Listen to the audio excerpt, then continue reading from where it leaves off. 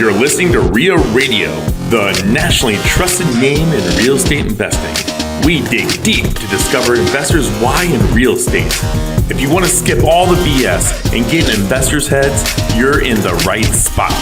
Be one of the thousands to check out REIARadio.com.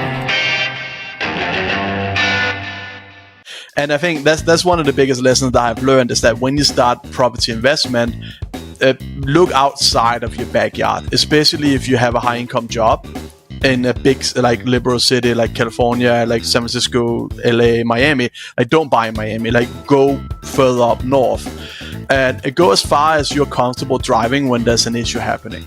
To worker, everybody I talked to was inside the company. Like, everything was like scheduled. You were put to people that you had to talk to.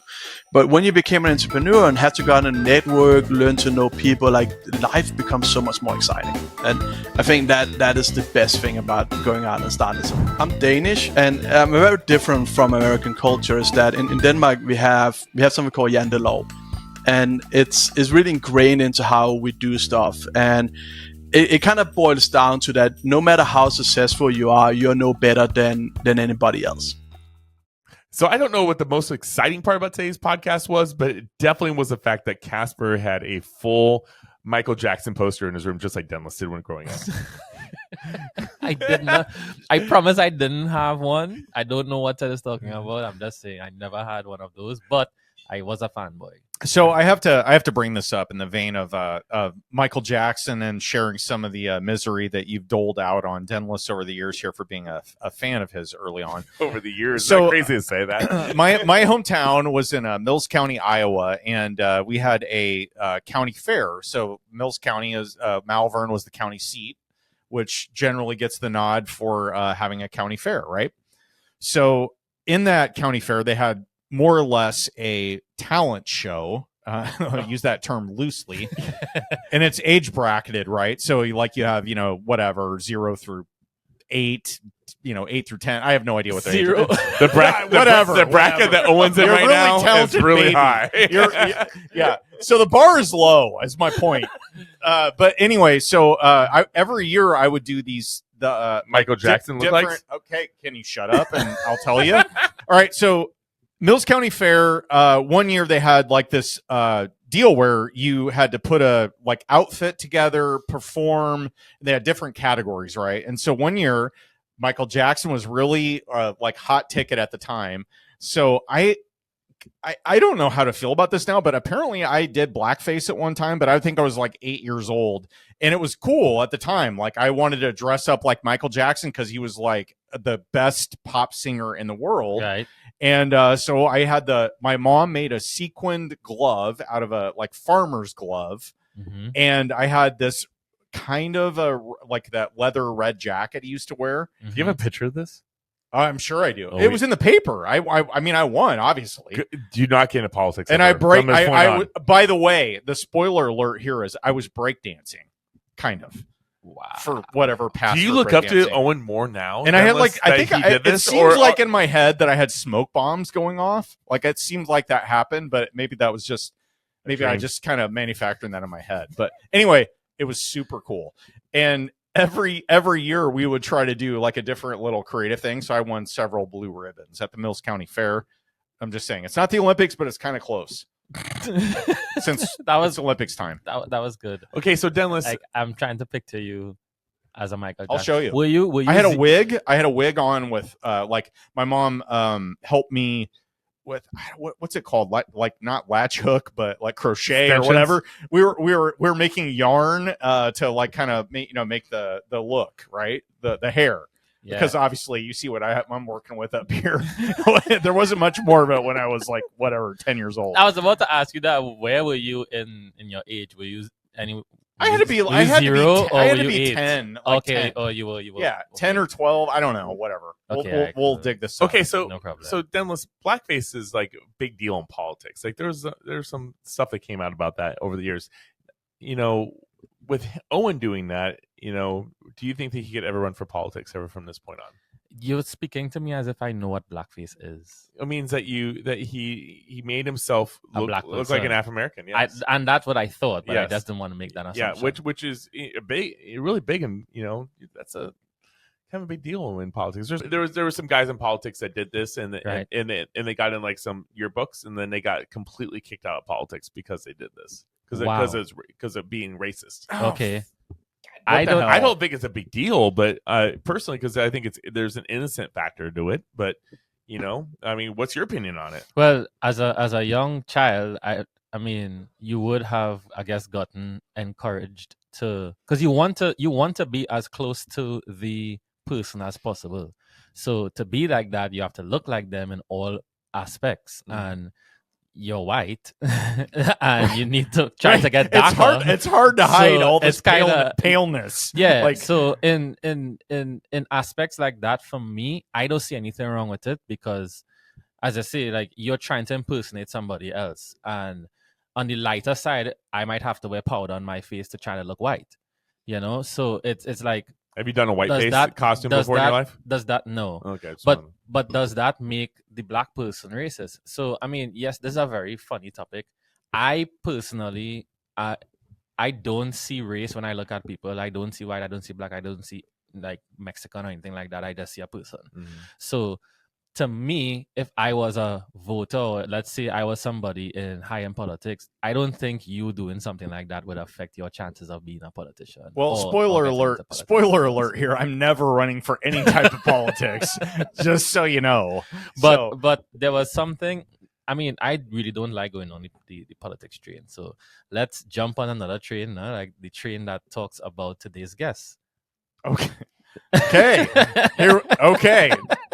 With that, He returned the serve. Yeah, because Michael Jackson is really nice. Like I love his music, and know you do. I am going to reiterate that when I answered that question to Ted, it was a joke, and Ted continuously takes it and rides it till the end of the word. Like, he always just takes it and goes with it. I know other bands, okay? Ted, not only Michael I'm Jackson. glad you clarified that, sir. Oh, Yes. thank you. Yeah, Another time. Anyway, so Owen, let's hear you. Go with it. but it's never going to end. It's never going No, to end. it's never going away. Sorry, bud. Anyway, so how about this? Let's get into today's Golden Nugget. And this Golden Nugget is brought to you by JM Real Estate Capital. Hi, it's Rob, JM Real Estate Capital. We're the money guys that you need to know for all your real estate investments. Talk to us. We can do what your local bank can't or won't do. We don't have millions, we have trillions with a T to lend. 844 we close, or go online, jmrecapital.com. That's jmrecapital.com. JM Real Estate Capital, smart solutions for the real estate investor. So today's Golden Nugget, in the spirit of Warren Buffett, I wanted to bring up a topic today in light of the economic challenges that have shown their face in the last couple of weeks, with weakened unemployment numbers, a hurting jobs market is basically the message here. And a lot of economic, indicators saying that we're on the way downward, and it's possible that the R word is going to enter the picture here in the next 6 to 12 months. And that being, Ted, I don't want to guess what the R word is. Republican. I'm kidding. It's a recession. That was my first guess. Yeah, so Republican. Goldman Sachs is saying that there is a 25% chance that over the next 12 months, the U.S. economy will officially be pronounced as recessionary. Okay, so It is a dirty word, it is a dirty word, and it's something that especially in election year. no political party wants to affiliate themselves with a year where that occurred. So you can bet that there's some machinations happening behind the scenes where that news is going to be either delayed or like forestalled or whatever. Like, this is just me, maybe conspiracy theory or whatever, but like, there's so much of this crap that we're not getting the real numbers all the time. They're always adjusted after the fact. There's always a lag. So, Especially with employment numbers. so I wanted to highlight something. So Warren Buffett recently, like real recently in the last week, has sold off $277 billion with a B amount. That's the amount of equity that he has sold off and turned into cash. Now, why would somebody in that position do something like that? He thinks that the market is going to flop and he's going to buy cheap. So he is betting on Sell high, buy cheap, right? Here is my gold nugget for today. Do not be afraid to take some chips off the table when there is an indicator or a lot of indicators saying that we may be entering a recessionary period. And whether that's official or non-official, this only matters to you as an investor. So let's say you have stocks, crypto, real estate, whatever your assets are, converting those assets into cash, or at least a portion of your holdings into that, can be a smart move, especially when there's timing. Now, there's a long held belief that it's impossible to time the market, but that may be true. But I also think there's validity in saying that there's indicators that say, hey, there's a lot of warning signals here. So why not remove some of your stuff and turn it into cash so you can position yourself well, not just necessarily for like, oh, I want to buy everything when the market goes down. No, it's like being smart about it and saying, okay, I don't want to take a huge loss if the market goes down, 10%. Why not take, 10% of your holdings off the table and say, I'm going to turn it into cash, see what happens. If the market is, status quo, whatever, if it goes down, I made the right decision. If it goes up, okay, 10% isn't enough to hurt me really bad. The biggest indicator being that one of the top 3 wealthiest people in the world went ahead and just go and cashed in stocks. He just sold off. And so this could lead into this is a gold nugget parlay with today's news segment. So in today's news, it's been a hectic week and a half in the financial markets. It so has. Wild swings in the Dow, the S&P, especially the Nikkei index. Hopefully I'm pronouncing this correctly. The Japan, the stock market. And South Korea. And South Korea. So the Nikkei is down 12%. And it is the worst, 12% in one day, by the way. That's the worst rout in history in that exchange. Let me say that again. Worst rout in history in Japan Stock Exchange.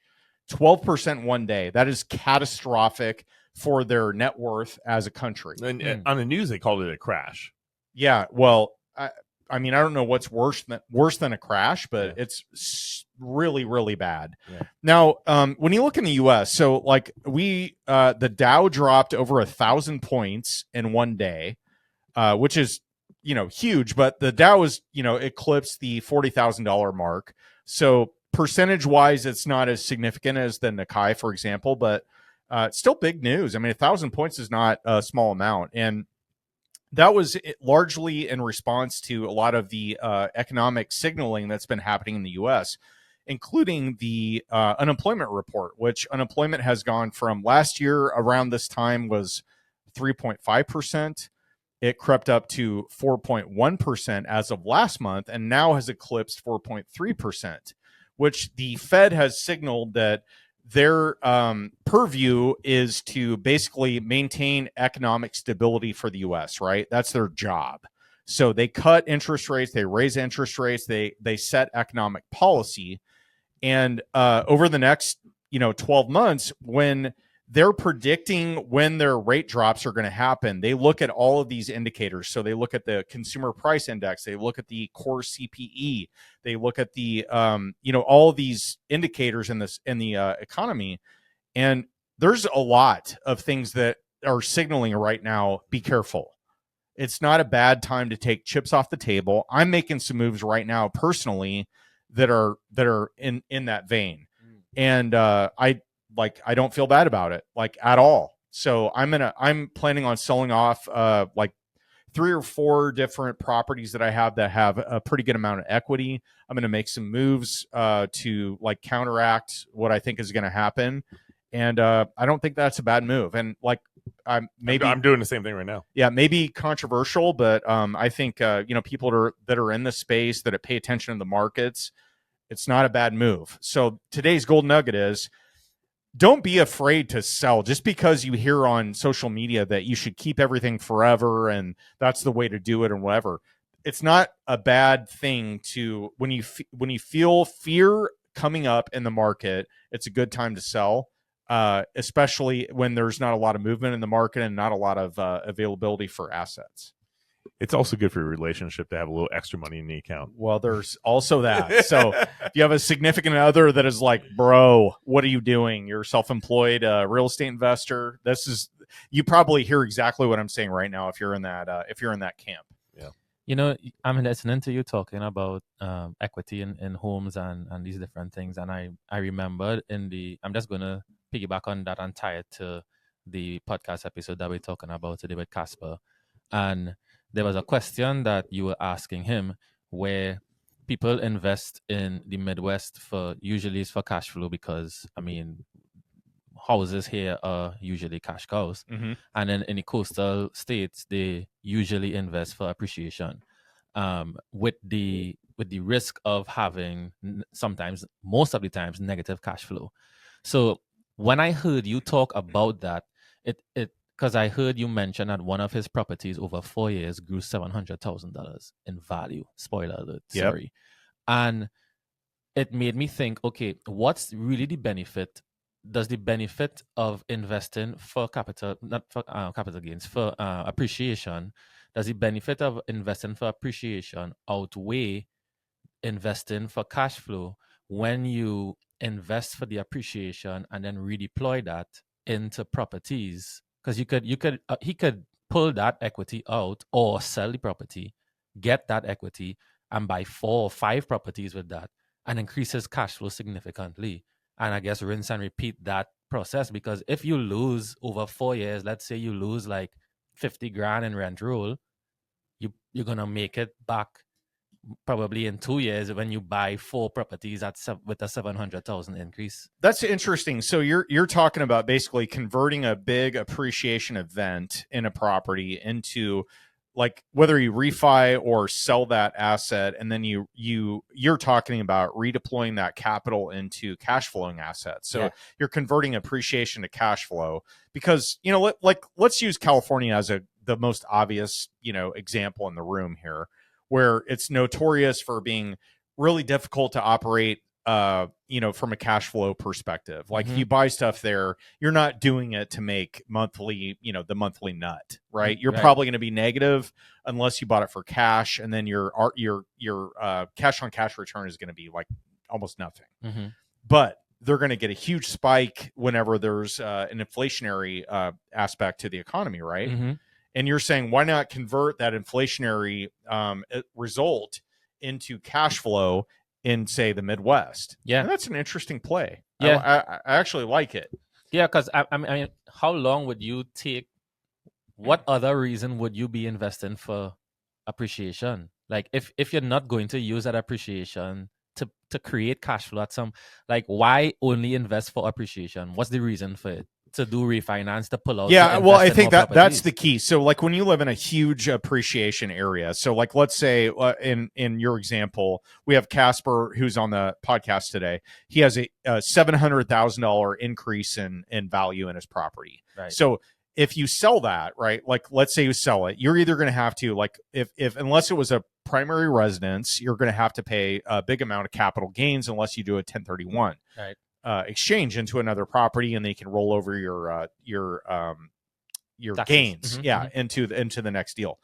So that is a good reason to redeploy it into stuff that's going to cash flow. But I think it's also it's timing, because if you got in right now into a California market or somewhere that's a really high appreciation market, and you time it wrong, it could go south really bad. Really quickly. And that's when leverage cuts both ways, right? Because the huge benefit of real estate is you can put 10%, 20%, 25% down, and you can get, 75% leverage or more on an asset.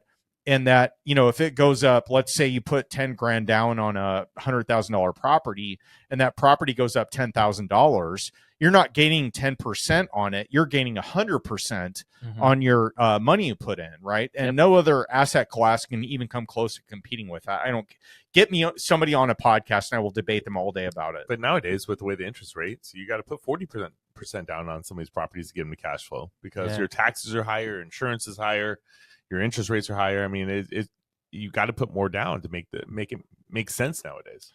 Yeah. So kind of lost track where we're going with this, but no, it was just me making a note of, you were talking about selling some of your assets to be cash heavy. Yeah. And then I just started thinking about what you mentioned about him getting that appreciation, and I just wonder if there are other investors who have that strategy, who use that strategy to be able to kind of balance, where appreciation and cash flow is in their portfolio. We have so many of those houses and those apartments on the coastal states that have the high appreciation game, but then where does that money? I think that's really the question that I'm asking. Where does that money go? Well, I think a lot of people have gotten disillusioned with California in general and the amount of state income taxes and basically and tons of permits we learned today. Yeah, permitting and it's an extremely liberal environment when you're talking about a landlord-tenant law, and it's just so difficult to operate. Yeah. That I think a lot of people are heading to Texas, Arizona, Vegas, Florida. There's a mass exodus out of California, which is going to exacerbate their tax problem. So they already had, don't quote me on this, but I think they had a 16% state income tax, right? So you have more people leaving and your tax, revenue is going to go down. Like, are they going to tax people more?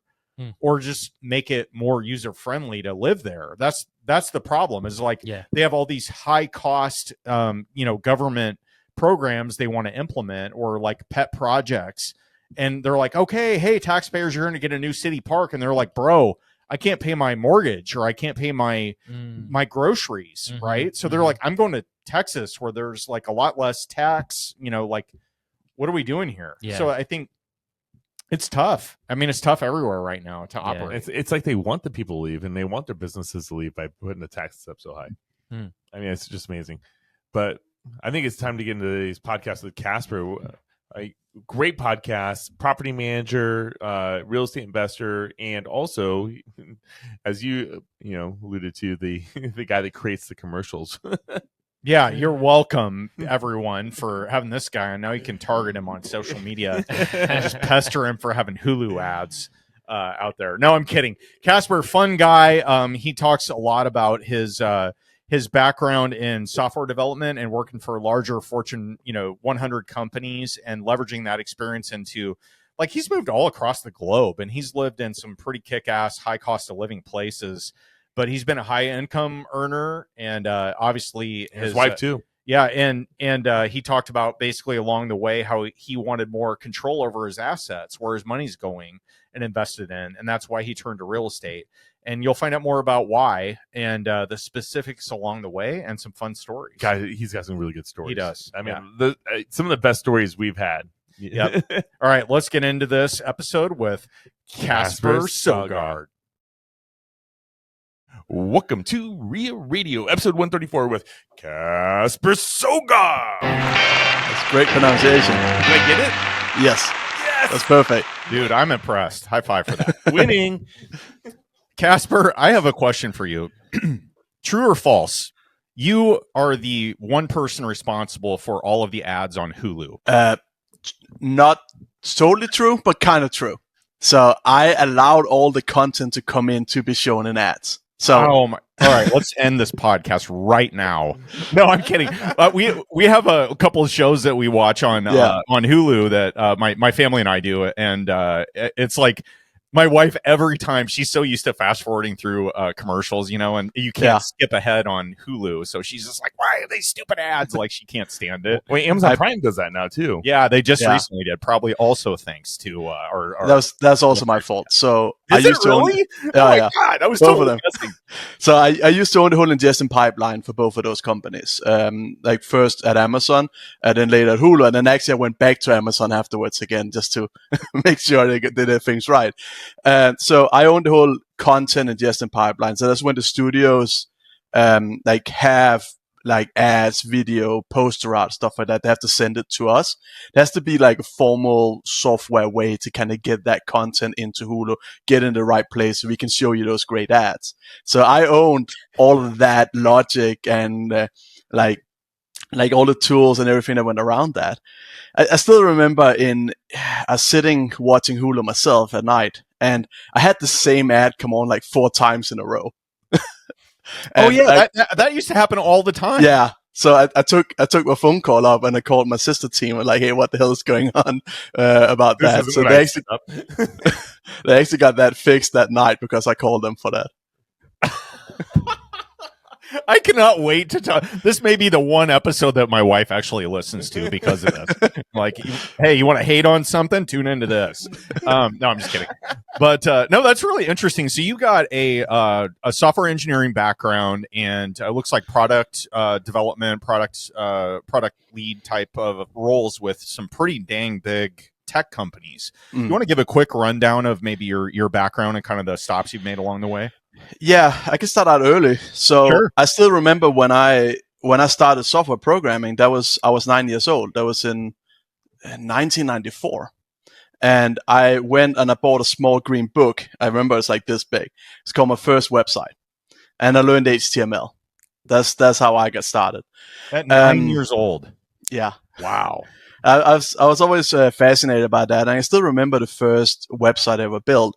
It was a time machine. And you started out in the present, and you had 2 options. You can either go back in time or you go forward in time. So it was a super simple website. You start out on one web page, and there's like 2 links on it. One link would take you to a web page that gave you a description of a place in the past, and the other link was a website that gave you a description on a place in the future. I still remember that. Like that was my first entry into software engineering. Was writing that kind of website. That sounds kind of cool, actually. Like, you remember those choose your own adventure books when you were kids? You could like go in a different way, and it'll take you down a completely different story. It was excited based on that, and I still remember that kind of morphed into fan websites. I still remember this has been a little bit closer. It was about 98, something like that. I did a website for Will Smith. Now, not official website. I did like my own fan website for it, and back then I didn't really know a lot about like servers, hosting stuff. I was just building stuff for fun, right? And I still remember like I made this website. I thought it was so great. I want to host it, but the website was like 200 megabytes, and that was like today that's nothing, right? I upload that. Like this podcast probably 200 megabytes a minute or something like that, uncompressed. But back then that was a lot of data, and I tried to figure out where to host this, and I kind of realized it'd be like thousands of dollars a month just to host this website because I had so many like animations and GIF and pictures, and I have not scaled any of it down at all. So that kind of more. You still have that website? Did you make it active? No. I like that's a long time ago. Because they could, update the slab. Update it with the cover, put the slap. Oh, the Will Smith. Okay. Oh, Yeah. all right. Sorry, I wasn't tracking on what you were talking about there. Yeah. Yeah.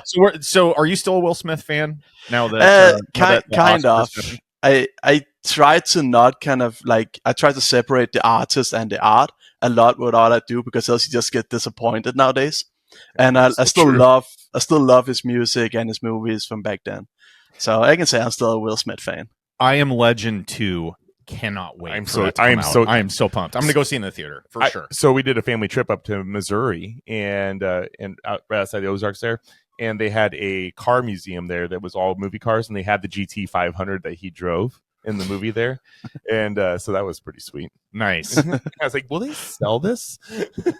That's always one of my biggest dreams. Like when I'm finally done, like, okay, I have enough money now. I have one big dream. I want to buy the tumbler from Batman Begins. That's always been my dream. Okay. All right. The tumbler from Batman Begins. Yeah. All right. Yeah. Yes. Okay. I remember it now. Yeah. It's been that's been several Batmans ago. Yeah. There's like that's the one last guy, Batman in my opinion. There's been nothing after that.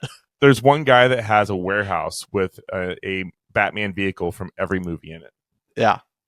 Dang. So I know it costs. You can buy it up for about 200 grand. So it's not like ridiculously expensive. So it's achievable. But it's always been like my biggest dream to have that car like go down the freeway in that thing, because it is street Perfect. legal. All right. Yes, you have to post a whole bunch and tag us when you made it. We'll come out and visit. So that's cool. So you started at 9 years old in software engineering, parlayed that experience into working for some tech giants. Yeah. But at that time, were you in Denmark when you were 9 years old? Yes. You know, So I actually moved to America twice. So first time was in 2010, where I actually attended graduate school at San Diego State. But I decided to go back to Denmark to finish my education, my master's degree at DTU in Denmark. And then I moved to Canada in 2015. And then in 2016, I then relocated back to America. So I moved there twice. were you a big Michael Jackson fan at any point in your life? Oh, yeah. Yeah. It's a big one. I had a life-size poster of him in my bedroom, I remember. So did Tenless. Our producer, he has his mouth full right now, but he's trying not to spray it everywhere because he's laughing. 3 years ago when we started the podcast, that was the only music he knew from America was Michael Jackson. We love you, Dennis. I have been to 2 concerts in my life. Oh, I am kind of jealous. I'd love to see a Michael Jackson show. So Mike Jackson concert was my first one. That's the one where he was in Denmark, had a birthday. And the second one was John Williams when I was in San Diego. Dang, man. That is awesome. That is awesome, but you do have to get to some more concerts. That's pretty lame.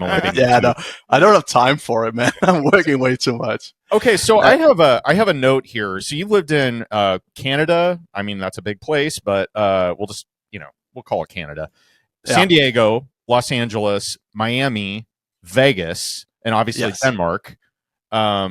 What's been your favorite place to live, and why? Miami, hands down. Really? It's just great. Like I'm Danish. I'm used to growing up around water. So swimming, sailing, and just having access to water very quickly has always been a big part of my life. And Miami is just perfect for me in that, like, you have water everywhere. Like, even sometimes when you don't want it, you have it. And I really love heat and humidity. That's one of the reasons why I actually moved to America, because I hate the coldness. Good choice leaving Denmark, I would assume. Yeah, it's always just gray and cold there. That's kind of my opinion. But so Florida is great because you have the humidity, you have the heat. Las Vegas is a great second. But for me, like, the dryness here is a little bit too much. Like, you're constantly itching your nose and your skin gets itchy here, and you don't really have a lot of water here. So it's kind of like missing my scuba diving. There's a lot of rivers in Nebraska, which gives us more shoreline than any other state in America. Is that right? Yeah. Huh. I did not know that. Yeah. So if you like the brown water, this is definitely the state for you. Gross. I just said like swimming, right? Hey, I have one more question about your Danish heritage. Yeah. Okay, I'm gonna butcher this pronunciation, but okay. So I have 2 things: lutefisk and surströmming. I'm butchering this. Yeah. Fermented fish. So I've seen Anthony Bourdain. I've seen these, eat what will you eat challenge, and that's basically like rotted fish, more or less, right? But I know that's not necessarily Denmark. Yeah. Is it Sweden? It's Sweden, yeah. Okay, but the Scandinavian, you guys kind of share some culture, right, with the food? We do. Compared to most other countries, like, we're very similar, but it's like a family. Like, you have 3 brothers, Denmark, Sweden, and Norway. They all hate each other, right? They always like gang up each other and beat up each other and always talk shit about each other until somebody else does. Then they all group together, right? I can make fun of my kid, but you cannot. Exactly, right. So like the rotten fish, as I like to call it as well, is a very Swedish thing. In Denmark, we have 2 other things that we eat. We eat rye bread. So that's bread that's so hard that you can basically build houses out of it, like a brick.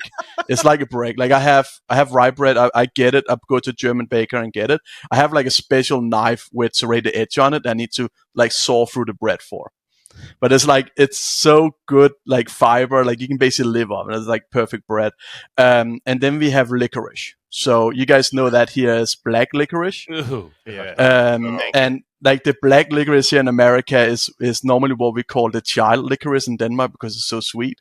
So we have a very different type of licorice in Denmark that we love to eat. You think ours is sweet? Yes. I cannot imagine what yours tastes like. Holy cow. That's really interesting. So, but I just had to bring that up because I've seen they'll have the lutefisk challenge or whatever where people are like, you have to try and eat this without puking. So I had to ask. So I just want you to know, guys, that when I look up my ancestry.com right here, I am 23% Sweden and Denmark. It's my number. It is my number one. So just you call yourself a Dane now. We're like brothers. Yeah, almost.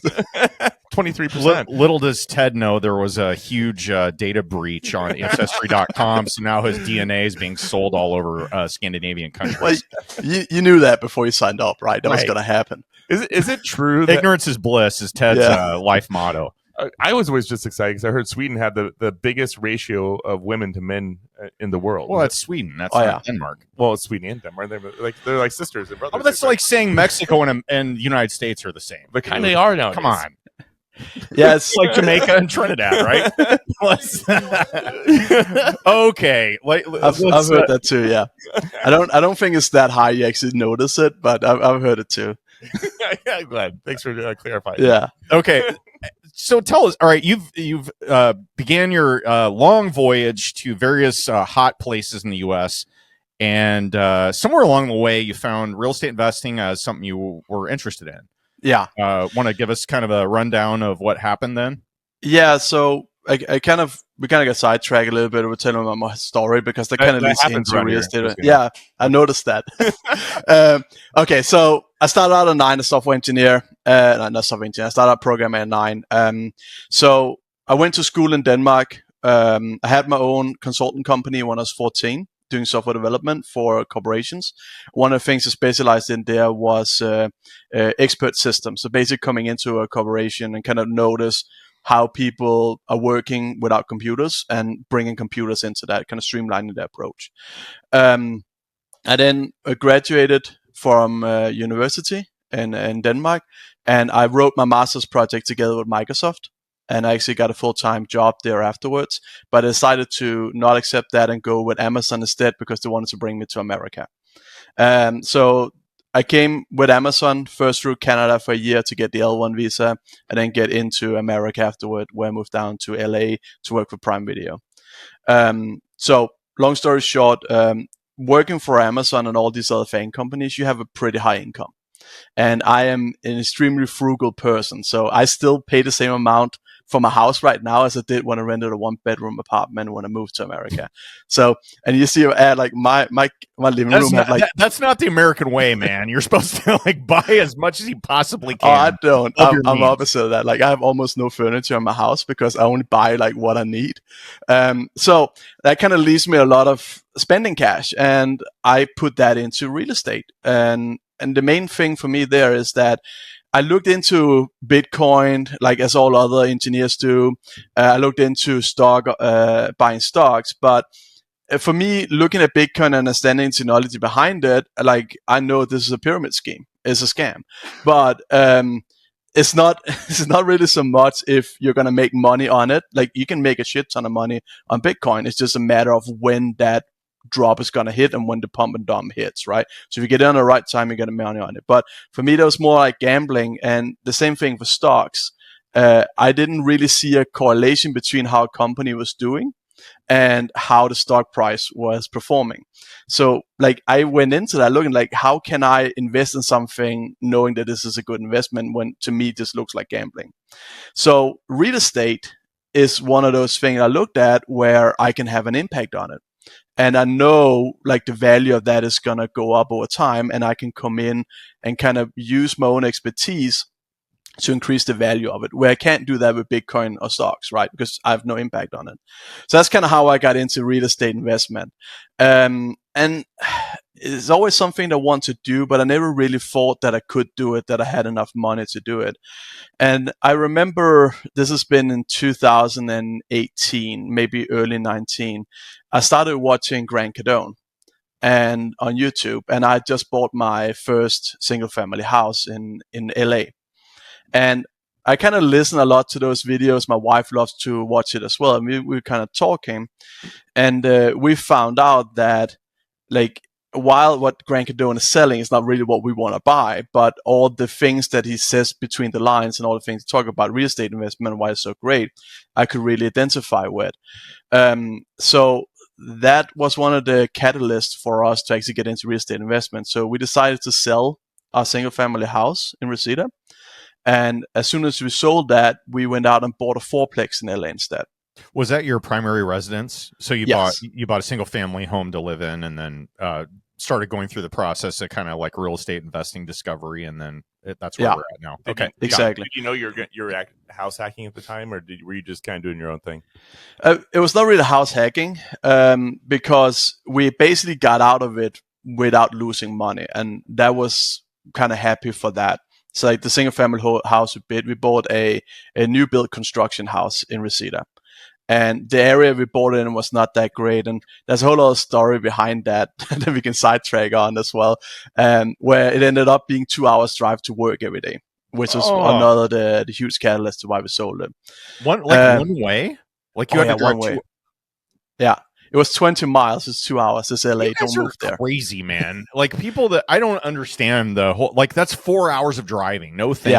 Yeah, but that's why there's so many people who move here from like California. We're in Omaha, Nebraska, and so, they're like, 20-minute drives everywhere.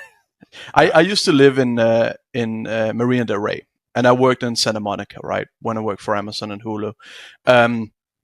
I had 5 miles to work, and that would take, in a car, it would take about between 45 minutes to an hour to drive to get to work, and I was like bumper to bumper constantly. So I actually started biking to work because that was 9 minutes faster than driving. Oh my God. And I lost a lot of weight as well, like doing that thing. So I used to bike to work on the beachfront down in Santa Monica, like that whole area, like very beautiful drive. And it was an experience biking there because people would just like walk with their phones right out in front of bicycles, because the way that the beach is designed, that you have the sidewalk inside, and then you have beach area, then you have a bike path, and then you have beach area in the beach. So people would just walk from the sidewalk and from the like promenade right out to the beach, like right in front of the bike path. So when I'm going there on my way to work, like trying to drive as fast as I can, like going 20 miles an hour on a bike or something like that, and then suddenly people just walk out in front of you. I've had multiple times where I had to throw myself in the sand not to hit people. Did he hit though? Not that many. Not that many. That's not a zero. No, it's not a zero. The number is greater than zero. I didn't hit anybody full on, but I did scrape some people once in a while. I remember. I still remember one time. So there's a lot of sand dunes, and because there's a lot of skate parks and all the like art and palm trees to do sand dunes around. So biking around the sand dune is kind of like a snaking path. And then I come around a sand dune, and there's like a woman laying on the bike path with a guy standing, like taking Instagram photos of her, like right around the edge of a sand dune. I'm coming around like 15 miles an hour on a bicycle there. So I had to throw myself like to the side not to crash into them. You know that the lady that just won the bike race in Paris in the Olympics, she started like 7 years ago in New York because she got sick of traffic, and started riding her bike through Oh, is that right? Yeah. Huh. Yeah, I read the story, Yeah, Central Park. And then now she just did you guys watch that race? That was just amazing. But she just like blew by all the record holders. like held back, fourth place, just blew back. And she's like she just started bike riding 7 years ago. They were just blown away. So she just took up a beginner class. You're calling, you don't know. I know. So I'm from Denmark, and in Denmark we don't have cars, or we do, but it's not normal to get cars in Denmark until you're in your mid-30s. Everybody bike everywhere around there. So I'm a good training for biking. Can you just imagine how healthy we would all be here if that was the case? Or you wouldn't be able to do that here. Like there's too great distance. Like everything in Denmark is built centrally so that you can bike. Like everything is within a 10-15 minute bike ride of where you are, right? There'll also be a train connecting it. Like if I have to go to grocery shopping here, I have to have a 15-minute bike ride anyway in America. My hometown is like you would think it's the healthiest place in North America because you see a whole bunch of people biking, then you realize they're smoking a cigarette while they're biking, and the only reason they're biking is because they don't have a license because they can't. Yeah. Or riding a scooter. Right. There you go. Okay. So catch us up. All right. So you you found real estate, got interested in it. You had control over your own destiny. That would made it more attractive over, the Ponzi scheme allegedly that crypto has become. Yeah. So what happened next? So we sold the house, and one of my main things was that I want to sell it at a zero. I didn't want to lose any money on it. That was kind of my goal. So with all the real estate agent fees and all that kind of stuff, it took us 6 months to sell the house. And we ended up with a zero net sum on it, which means that we basically lived for free for a year. And I was happy with that. But then that allowed up a lot of free cash now to go out and buy our investment property. And that's when we started looking, especially in LA, where we then found a fourplex in a small town called Culver City. It's not a small town, it's right in the center of LA, right? And we bought a fourplex there that was sold right in the beginning of COVID, and we got a great deal on it because the seller was super scared that the market was going to crash because of COVID. And everybody around me told me, "Oh, you shouldn't buy now. The market's gonna crash." And the people have been telling me that for the last decade. The market's gonna crash soon, and just keep going up. So we kind of made the decision, like, just get in. And if it does crash, it just takes 2 years, and then it's back up where it was. So that's why we're kind of not that afraid of it. So we bought a fourplex for $1.3 million in LA, and we had 3 tenants there and 1 empty apartment, and that we bought it as a primary residence. That's one of the great things that we did. So the point was that we had to live there in one of the properties ourselves, and that was actually also our initial thought to do that. So we went in and we started remodeling the whole place. It took us like 3 months. We tore everything down, like down to the studs. And I redid all the electronic wiring, the plumbing, everything was redone in that one apartment. We didn't remodel the other 3 apartments in that fourplex, just the one for us. But that took about 3 months or so. And we kind of realized around the end of that COVID was not going anywhere. So if that's not going anywhere, why should we stay here in LA and pay when we can work remote? Like I was a software engineering manager at that point. My wife worked for Facebook. Everybody was remote at that point. So when we finished the redoing the apartment, we decided to move to Miami instead because we always wanted to try to live there. So we finished the apartment and we moved to Miami. We were there for 4 months, and then we decided to move back to LA, or at least to the West Coast, and that was mainly because of the time zone difference. So for me, it was kind of okay, but my wife, that works a lot with China in her job at Facebook, she had meetings until 12 o'clock at night almost every day in Florida time. Oh yeah. Okay. Yeah. So 3 hour difference that's a big deal because if you're dealing with like the time zones across the world, that would be really taxing. Yeah. Really taxing on your like personal life. Sounds awful. Yeah. It was great to have mornings. So we would, like, my day would start around 1 p.m. right? So I have days where I went out and jet ski, like for a few hours in the morning, went to the gym, went out to jet ski, came back to the office, and then I would work until 8 p.m. And then I still had enough time to go out and grab a beer around the local bar or do something else at night. But for my wife, it was very different because she had to work so late. So that was not a great idea to do that. So we decided to move back to the West Coast. And I say the West Coast because we kind of stopped in Las Vegas. And this actually all ties back to when before, like in the in-between when we sold our house and when we bought the fourplex, we actually lived in San Francisco for a little bit. Because my wife had a job at Facebook there, and my job went remote before my wife's job went remote. We went up and lived there for like 2 months, and that was the worst place I've ever lived in my life. Like, it was such a boring place to be. Like, Vegas people, was? No, San Francisco. Sorry. Yeah. And we lived in Redwood City, so right outside of San Francisco, right? It's a place where people live to work, not where people work to live, right? It was so boring to be there. Everything closed at 5 p.m. So I convinced my wife with a little bit of convincing that, hey, let's rent a house in Las Vegas for a month and just go stay there. And that was also one of the catalysts to kind of gave us the bravery to go out and try to do real estate investment. That we tried that first, like go out and be a little bit more adventurous with where we live.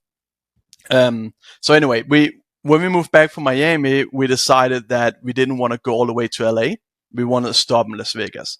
So we actually bought a house, this house I'm in right now, remote from Miami, just viewing it via phone. So we bought this house for like $350K with 10% down. So that, like, with our income, that was like a month worth of salary at that point. So it was pretty cheap. This house is now worth $800K. So I've done pretty well on that investment. And the most funny thing is, so we moved here while we're still in escrow. And the owners allowed us to move in a little bit early because the lady who owned the house died of old age right before the family sold it. The day we closed escrow on this house, we opened escrow on another fourplex in Las Vegas. And that's kind of how the whole story begins. And then we start buying. You kind of know like how the snowballing effect comes from after that. Oh, Kasper, when you bought that house, did you have your daughter Scarlett yet? No. Okay, it changes your whole life when you have kids, and when it comes to moving, right? Oh yeah. So are you putting roots down there?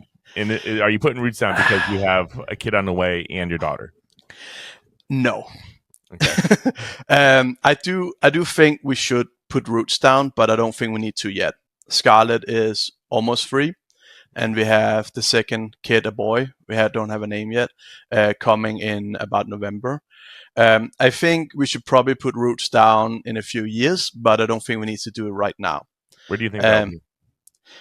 I think Florida would probably be my guess, because we want to move back there. Especially now that we have our own company, we have a little bit more freedom to decide where that company should be.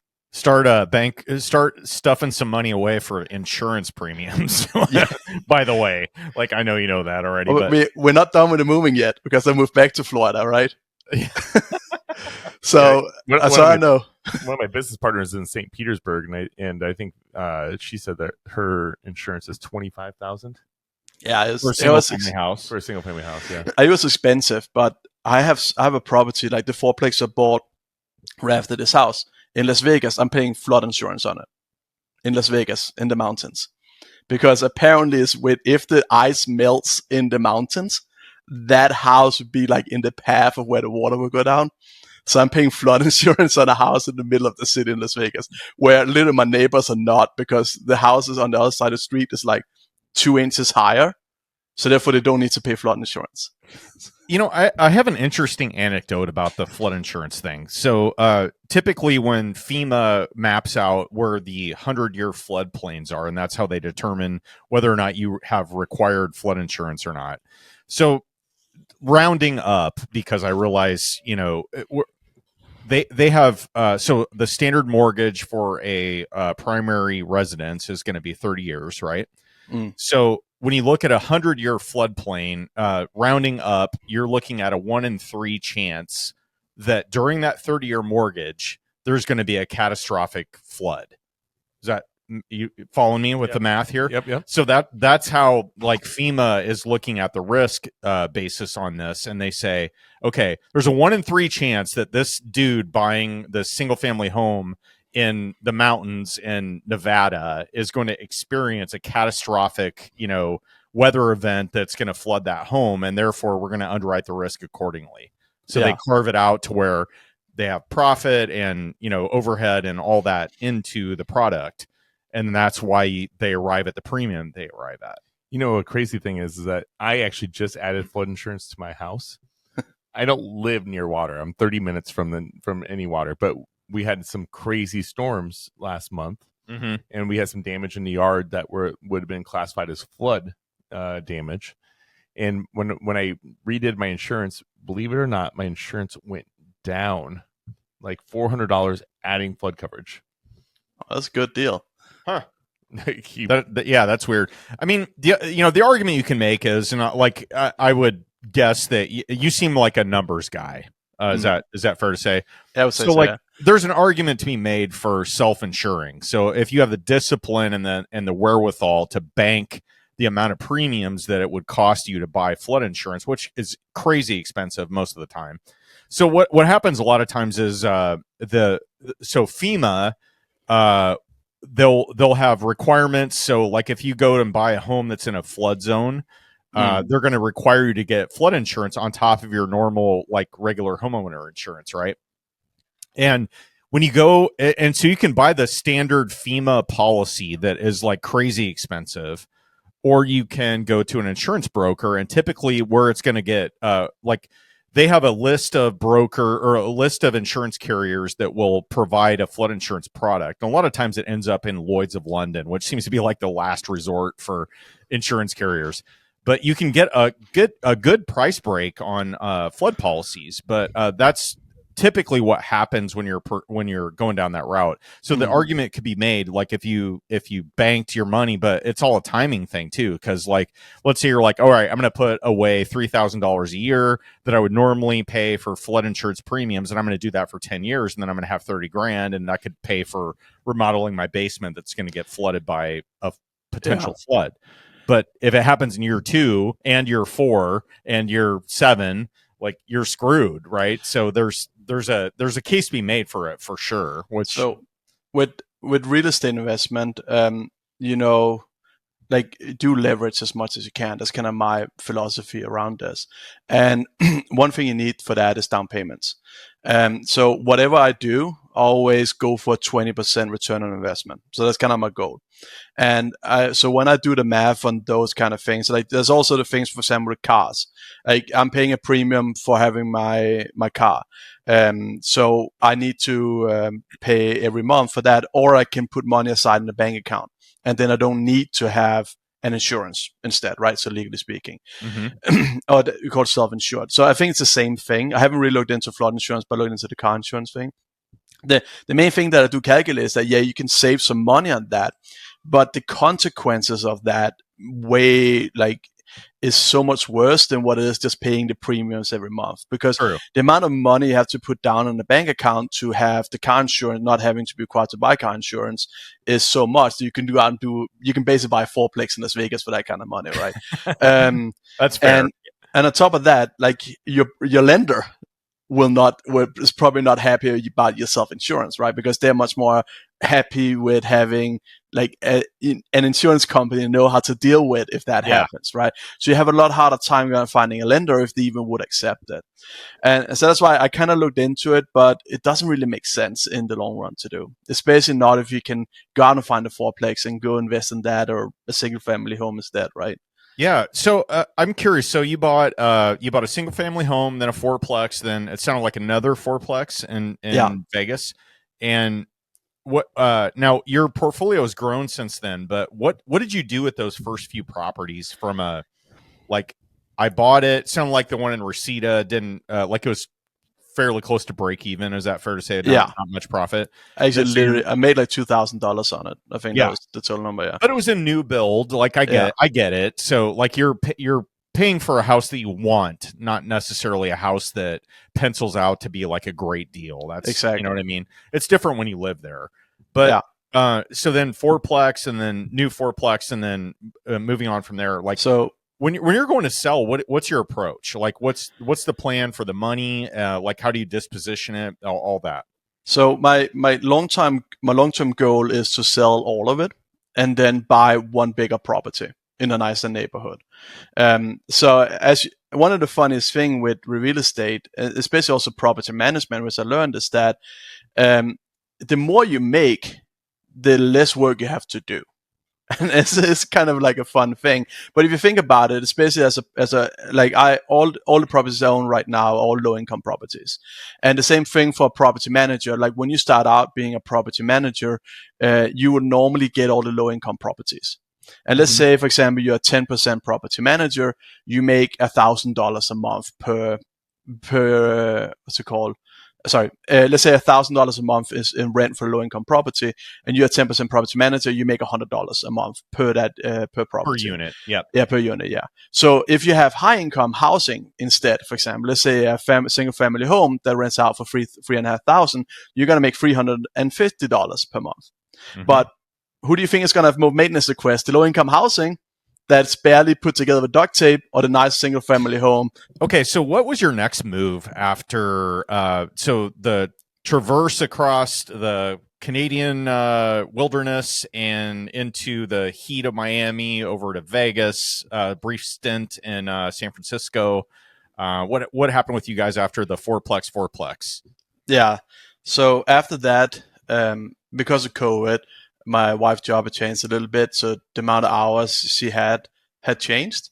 So we decided to move back to Florida again for a second time.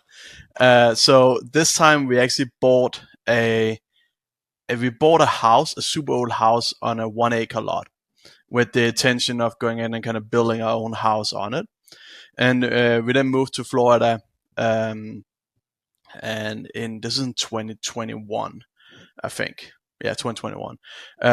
We then moved there, and we lived there for about 9 months. And that was great. And that's actually also when I transitioned from working for Amazon to working for Royal Caribbean, where I worked as a director of engineering.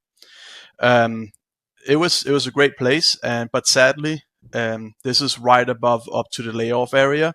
So Facebook told my wife, "Hey, we're gonna lay you off if you don't move back to the West Coast." And for me, like, it was pretty easy to get a new job on the West Coast, for my wife, was a supply chain manager. For her, it's not as easy to find a new job on the East Coast. So we made the decision, okay, we're going to move back to Las Vegas to be happy, make her... I would hate to see what your moving costs are. Oh, you had them all up. I told you we're frugal, right? Every time we move, it's about $2,000 to $3,000. Yeah. Wow, That's pretty So good. Frugal. we load up in a trailer and U-Haul boxes, and that's how we move. So we then moved back to a house here, the one again that we bought before. The tenants they rented out to were super nice, and they wanted to go buy a house themselves, so they were very happy to get out the lease early. Oh, that ended up actually great. So you hung Yeah. on to the fourplex in Vegas and then moved into that, or you said a house? No, we had a single family house first, and Okay. then we bought the fourplex, right? Got it. Then we bought the house in Florida. So we then moved back to the house in Las Vegas, and the tenant was willing to move out. So we just gave them the full security deposit back, no questions asked instead. So that's the only cost for that. They had a dog that's pooed everywhere, so that was, and kids that's drawn all the walls. So that was a little bit of cost to get that fixed up, but overall it was fine. And then a month and a half after we moved back, they laid it off anyway. So I got very pissed. Yeah.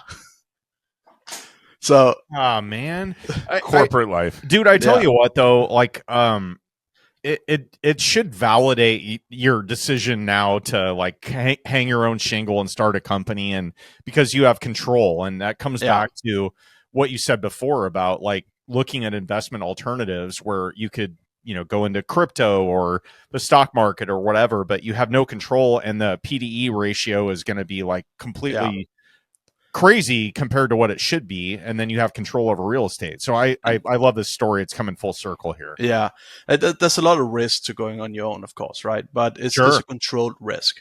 So you hear a lot of statistics about people going out starting companies, and I think like 80% of companies don't make it. I think that's the statistic, right?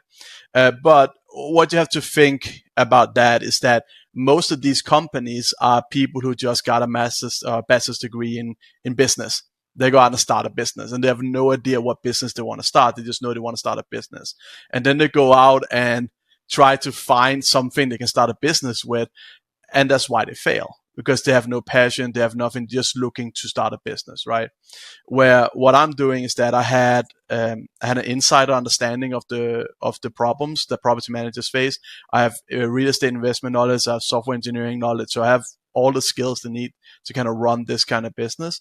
And that's why, like, when you kind of factor that in, most businesses does not fail, because most of those businesses are like thought out and planned ahead. Now, you mentioned you understand the struggles with property management. What now we're leading up to the kind of a big matzo ball in the room here, but Matzo ball. What? Oh, okay. What happened with your? Okay, so you had some. I mean, like from afar, if somebody was just looking at your career progression, they would say, "Why did you leave Amazon for the second time?" Or why did you?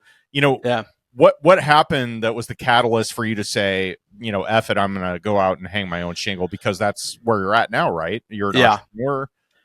Have real estate on the side, maybe kind of fill in the blanks for us. It's kind of a mix of things. So the first thing was that at these big corporations, you basically get new leadership every 2 years. And every time you get new leadership, you have to start over.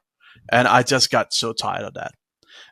But what really the big catalyst to this was I bought a 20-plex here in Las Vegas. So because I didn't really buy anything in 2021, so the whole year. So we had a lot of cash saved up, and we were like, we just have like $500,000 sitting in the bank. We don't really know what to do with. So at that point, we went out and said, we need happens to everybody. Yeah, I know. It just happens. So we didn't really know what to do, and with it, because we couldn't really find any good deals. So that's where we started looking at bigger deals. So we started looking at something that's really like not 4-plexes, which we've been trying to focus on before, but really go out and look at the big commercial units with 20 units in it. And we found one here in Las Vegas on the wrong side of the strip, as I like to call it. It's not ghetto, but it's right above ghetto. And yeah, so we bought that one. We bought that one in 2022. No, 2023. Sorry, 2023. That's when we bought that 20-plex. And that kind of leads into everything that we're talking about now, because we haven't really talked about how I manage my properties so far. And I started out doing the wrong things. I started out giving people my personal phone number. And I had spreadsheets, and I went out and got checks, right? It's probably most people do, because you don't come into real estate investment knowing a ton about it. And I kind of quickly learned that was a bad idea. Well, so why is that a bad idea? Tend to have a tendency to call you when stuff goes wrong. Oh man, I had a family friend staying in my building, and they gave one of the other guys my cell phone number. Oh my gosh, like the last 3 weeks of my life. Yeah, we had to have like a one-on-one with the property manager and this tenant about like, I am not your person. If the property manager isn't responding and there's a catalog or there's like water damage happening in the property or something that it needs immediate attention because the building's gonna be ruined, you can call me now that you have my cell phone number. And but otherwise, leave me out of it. I even taken a step further now. So I still remember when I bought that 20-plex, one of my friends were with me out on the building, kind of doing a walkthrough inspection after we closed. And one of the tenants come out and ask, "Are you the guys the new owners?" No, he asked my friend that. My friend was standing inside of him. He said, "No," I'm pointing at me. "He's the owner." I'm like, "Fuck's sake, don't say that." Because the last thing you want people to know is that you're the one who makes the decisions, right? You always want to have somebody you can like, "Oh yeah, I'm just a property manager. I have to go check with the owner if we can allow this rent decrease or if you can be late on rent," right? So I kind of grew up a little bit. I started using Avail.co as one of my first softwares to actually start collecting rent with online. You say it was Avail? Avail.co. Okay. They were bought by Roofstock a few years ago, but they focus only on people who have between 1 to 4 units. And the only thing they can do is that they can get your lease signed and they can collect your payment. That's it. There's nothing else in that software. It was great for when we had the 4-plexes, 8 people, because we put all the tenants in there ourselves. We have very good quality tenants, so really no issues. I could be in Miami, Florida, and manage all 8 units in Las Vegas and LA, and there would be no problem with it. But when I then went out, had single family homes now, I had this 20-plex. Again, not ghetto, but right above ghetto. Very bad tenants. a very fun story. The first day I took over, I had to go kick out a tenant because he shot a gun through his window into the neighbor's window. That was like my first thing I had to do the day after I signed. Pretty standard. Yeah, how many times you dealt with that? Never. No gunshots? And Oh no, I didn't say that, but not on my first day. Like, yeah. yeah. So No. and What- yeah, What? Okay, you have to elaborate on this a little bit. So it's your first day as Yeah. property manager of your new 20-plex, talk about it. Like what happened? I got a call the night before from the property manager who used to own the building. So throughout this whole buying process, I actually became pretty good friends with them. And they called and said, "Hey Kasper, just so you're aware, like you need to go evict somebody tomorrow when you get this, yeah." Because the police was just out picking up a guy who then shot like he's had his door open or something like that, and the cleaner, I don't know what he did, but he shot a gun through his own apartment into the neighbor's apartment on the other side of the courtyard. And of course, I get this poor lady calling me. She's afraid to go out for her life now and all that kind of stuff. So that's like my first day staying there, like working on that property. And I didn't really want to end up like day number one, like having 10% vacancy rate, like on the first day. So of course, I evicted the guy who shot the gun the same day, and I paid him like cash to leave. I didn't want him to stay. So I paid him like $1,000 and go with you, right? And then I calmed down the other lady, like, like he's gone now. Like, don't worry about it. He's not going to come back here. So that was an experience, yeah. And I've had a few more of those in the building. We had hoarders, we had flooding, we had Section 8 tenants. So there's a lot of fun stories in that building. I feel like I could just dig into each one of the things that you just said, but I do want to ask one thing. So we've had guests on before, and we've talked to a lot of people that have done the cash for keys approach, which it sounds like you did, but okay, I want to like real world this. So you get this info from your the former property owner, and they were a property manager, so they knew the tenant. And they said, "Hey, FYI, bro, you got there's a shitstorm coming tomorrow, and this guy, here's what you're dealing with. You should probably evict that guy."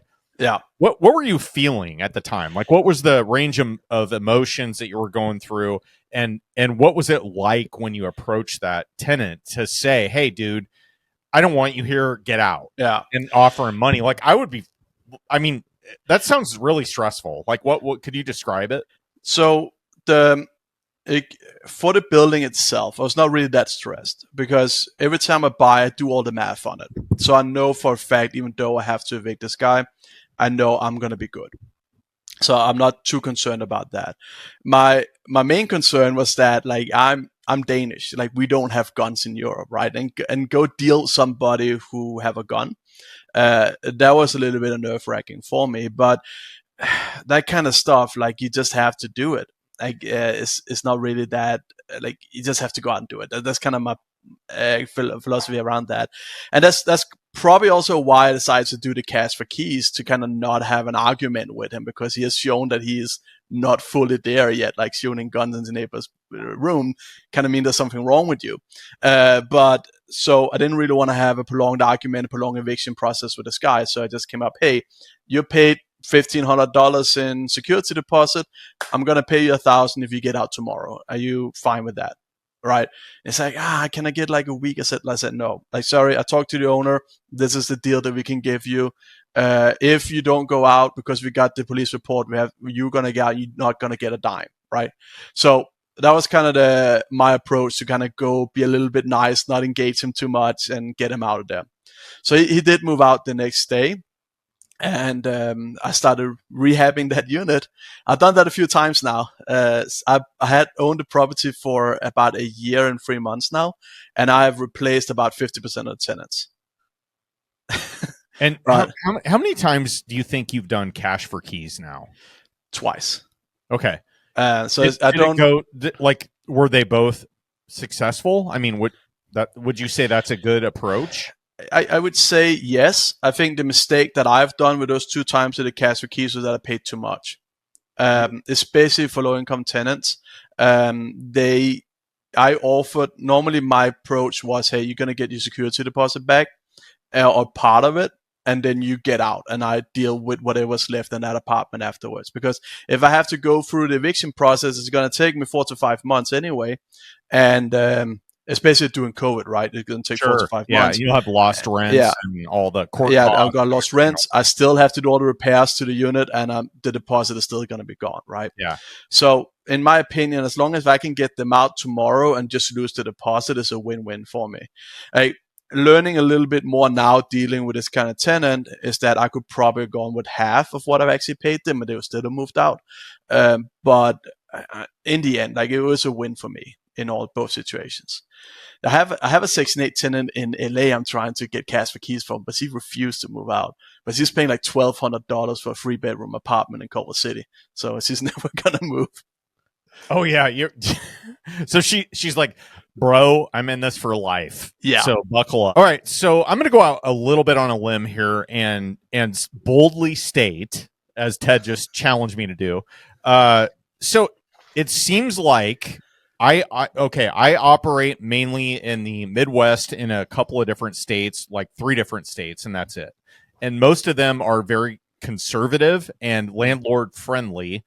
And a generalization could be made that says red states, so Republican states, are generally more landlord friendly, and blue states are more tenant friendly. So like your coastal areas, New York, California, help me, Oregon, I'm assuming.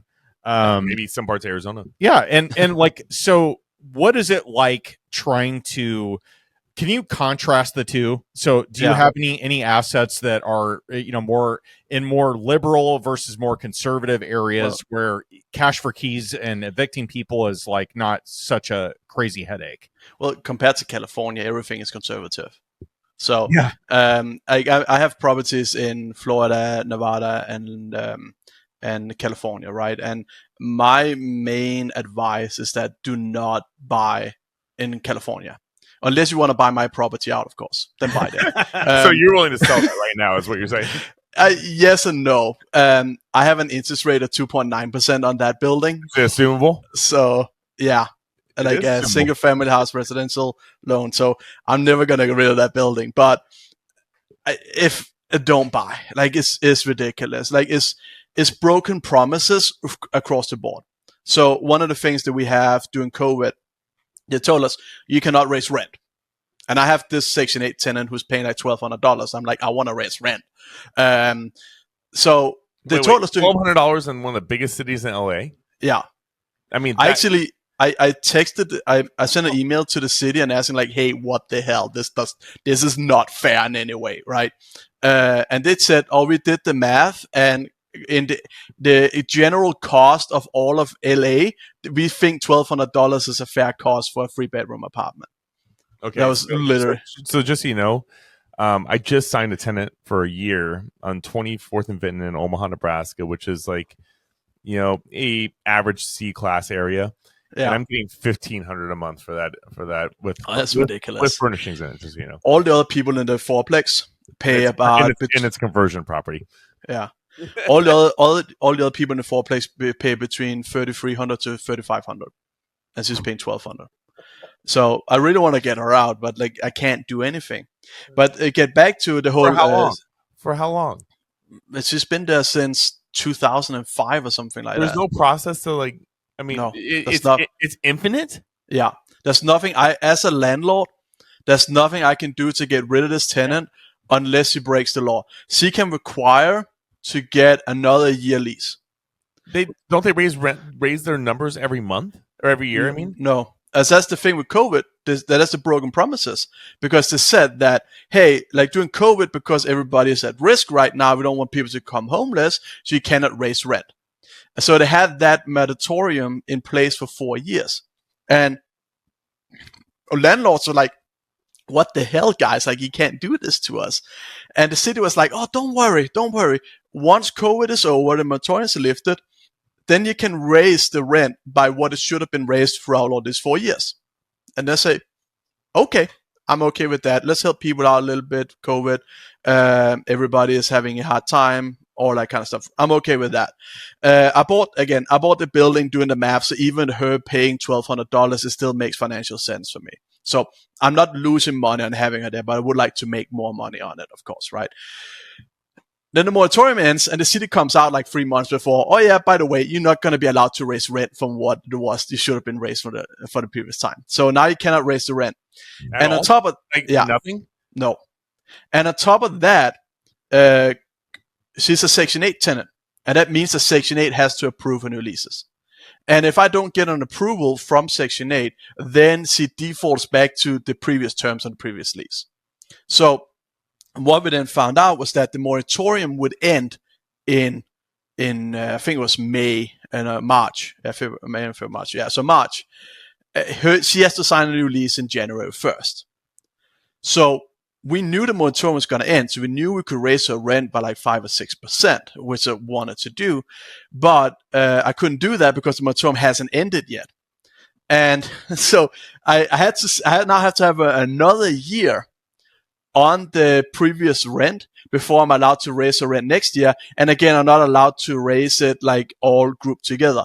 It has to be just that 3% plus inflation or something like that, right? That's the thing I'm allowed to raise the rent on next year. And it has to be approved by Section 8 3 months in advance.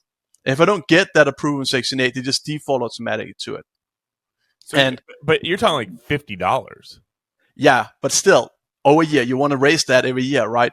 The reason she is that low is because the previous owner didn't care and never raised her rent because it's just $50, right? So yeah.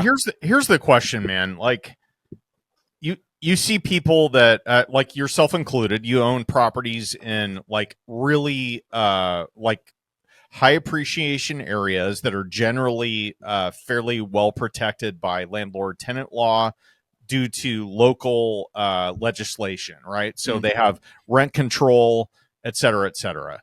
And so there's obviously a reason why really smart people are parking money in places that make zero sense to most people that live in other areas like the Midwest, where we're like, you make no cash flow at all. In fact, you're negative a lot. Yeah. Compared to like if you wanted to go into a flyover state or like the Midwest or somewhere more inland, right?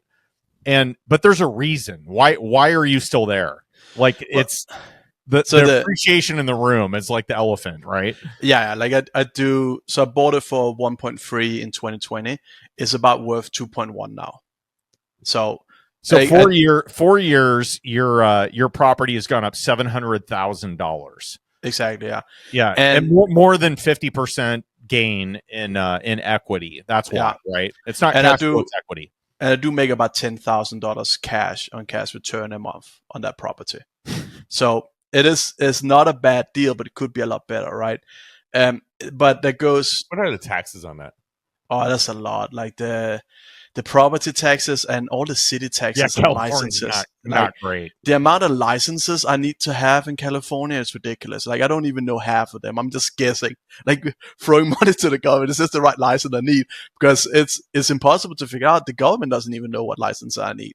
Like business license. I need to pay to ISO, which is the rent ordinance system, something like that. So I need to pay a yearly subscription for them to rent control my building.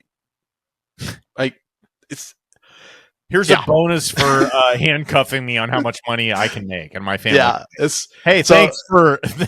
thanks for reducing every income that I have out of this rental property. Appreciate it. Here you go. Here's your fee. But that being said, like if I know more, if I have my knowledge now back in 2020 I bought that building, I would have gone to Las Vegas and bought it. Because Las Vegas is only a 4-hour drive away. And for the money that I could buy one fourplex for in California, I could probably bought 4 or 5 fourplexes for in Las Vegas. And the appreciation in Las Vegas been like ridiculous, like 100% in 1 year. Like it was ridiculous. And I think that's one of the biggest lessons that I've learned is that when you start property investment, look outside of your backyard, especially if you have a high income job in a big like liberal city like California, like San Francisco, LA, Miami. Like don't buy in Miami, like go further up north and go as far as you're comfortable driving when there's an issue happening. And you can really control a lot yourself, like how much time you have to spend on that property. That's one of the things that I do, is that when I buy properties, I put a lot of cash down to fix them up. Because I found that if you invest in those properties, that is a time investment that you get back like tenfold afterwards. If the water heater doesn't break every month, the air conditioner doesn't break, if there's no water leaking, you can make all that money back very quickly. So you mentioned high income, and I want to highlight something here. I read a little blurb that Magic Door, which is your company, right? Yeah. Their first revenue of $1.49 happened in March of this year. Is that right? Yes. Okay, so going from very high income to $1.49 as an entrepreneur, can you walk us through what happened here? We're up to about $1,000 now in total income. Yes, I love it. So growth, baby. Yeah, so I went from having a annual income of about $512,000 was my income before when I quit Amazon. So and what the hell, man? So it was not that jarring for us, because again, like, we're very frugal. So the whole approach that we have had in my family is that my wife's income is what we live off. So she pays mortgages, childcare, cars, everything goes out of my wife's income, and my income goes fully into a saving account, and that goes into investment. So me quitting my job meant no change in our life at all. And of course, that is a super privileged position. Like, not many people can do that, and that's simply because we have two people have a very high income job, right? But it's been weird, like super weird. I haven't taken a salary now for about a year and a half, and I am not going to take a salary for another year minimum. And when I do take a salary, there would be like $100K, which is very much less than I did before, right? But I see all this as an investment in myself and in my future as well. Like, I do believe that over time I'm gonna make a lot more than I did with working for Amazon. And personally, in growth, this has been like one of the best decisions I made in my life. I talk a lot to my wife about this, and we started out in this podcast before we went live, like how the life is different when you're an entrepreneur compared to when you're a W-2 worker. Because as a W-2 worker, everybody I talked to was inside the company. Like, everything was like scheduled. You were put to people that you had to talk to. But when you became an entrepreneur and had to go on a network, learn to know people, like, life becomes so much more exciting. And I think that is the best thing about going out and starting something yourself. Super cool. So what is Magic Door? Give us your you got 30, 60 seconds in an elevator with some rando in Vegas. So he's like, all right, what do you do? What do you say? So Magic Door is property management software that really aims to streamline and enhance property managers' day-to-day work. And it kind of all boils down to what happened to me when I bought that 20plex, because I realized at that point, having a secondary phone, using Excel spreadsheets, that's not going to fly for about 32 apartments. So I started looking at software options out there, Folio, Buildium, Avail, and Entrata. And I was super disappointed, to be honest, in what I saw in those software. Why do you say that? This is really interesting because we get this question a lot. Like, I get hit up for people all the time. Hey, what PM software do you use? Blah, blah, blah. So there's quite a few reasons for that. But let me give you some background. So my expertise area, all the way from when I had a software like my consulting company, is operator tooling. And operator tooling is the software they use internally in a company to do your job. So for example, when I worked at Amazon and at Hulu, the operator tooling here would be the tool that all the lawyers use for the contract negotiation with the movie studios and the actors. Operator tooling would be the tooling that our operators use to review the video quality, what's it called? the subtitles, that they were correct, upload new subtitles, go request subtitles from providers, because there's a lot of different studios to provide everything for a movie. So all of that software you need to streamline those processes and those work is called operator tooling. So that's kind of my expertise area.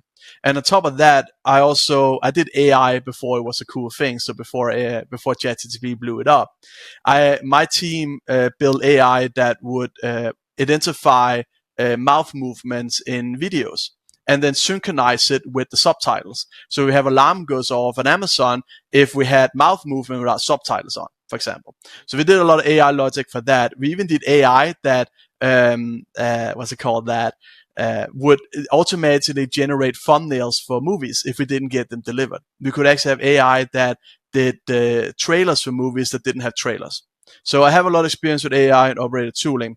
And that kind of brings me to when I looked at Folio and Buildium and all those property management software, because those are all operator tooling. It's not tool that you go out to your customers with, that you sell to your customer. There's tool you use internally to do the property management job. And what became very clear to me, first thing, is that those tools they're not there to help you do property management. They are there to document the work after the fact. And that really has a huge impact on how you work with those tools.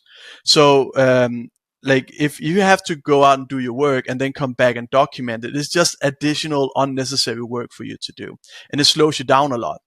So that was one of the first things I saw. And diving more into it, what became very clear to me was that all of these software were not property management software. They were accounting software that added property management on top of it later. And that had a huge impact on how the software actually was designed to work.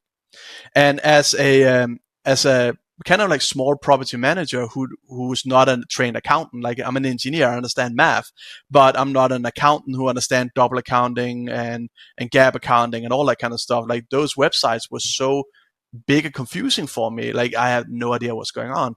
Like I have been using a Folio now for a year and I still don't know what half the page does in there. It's so complex. And that's kind of thing I saw is unnecessarily complex.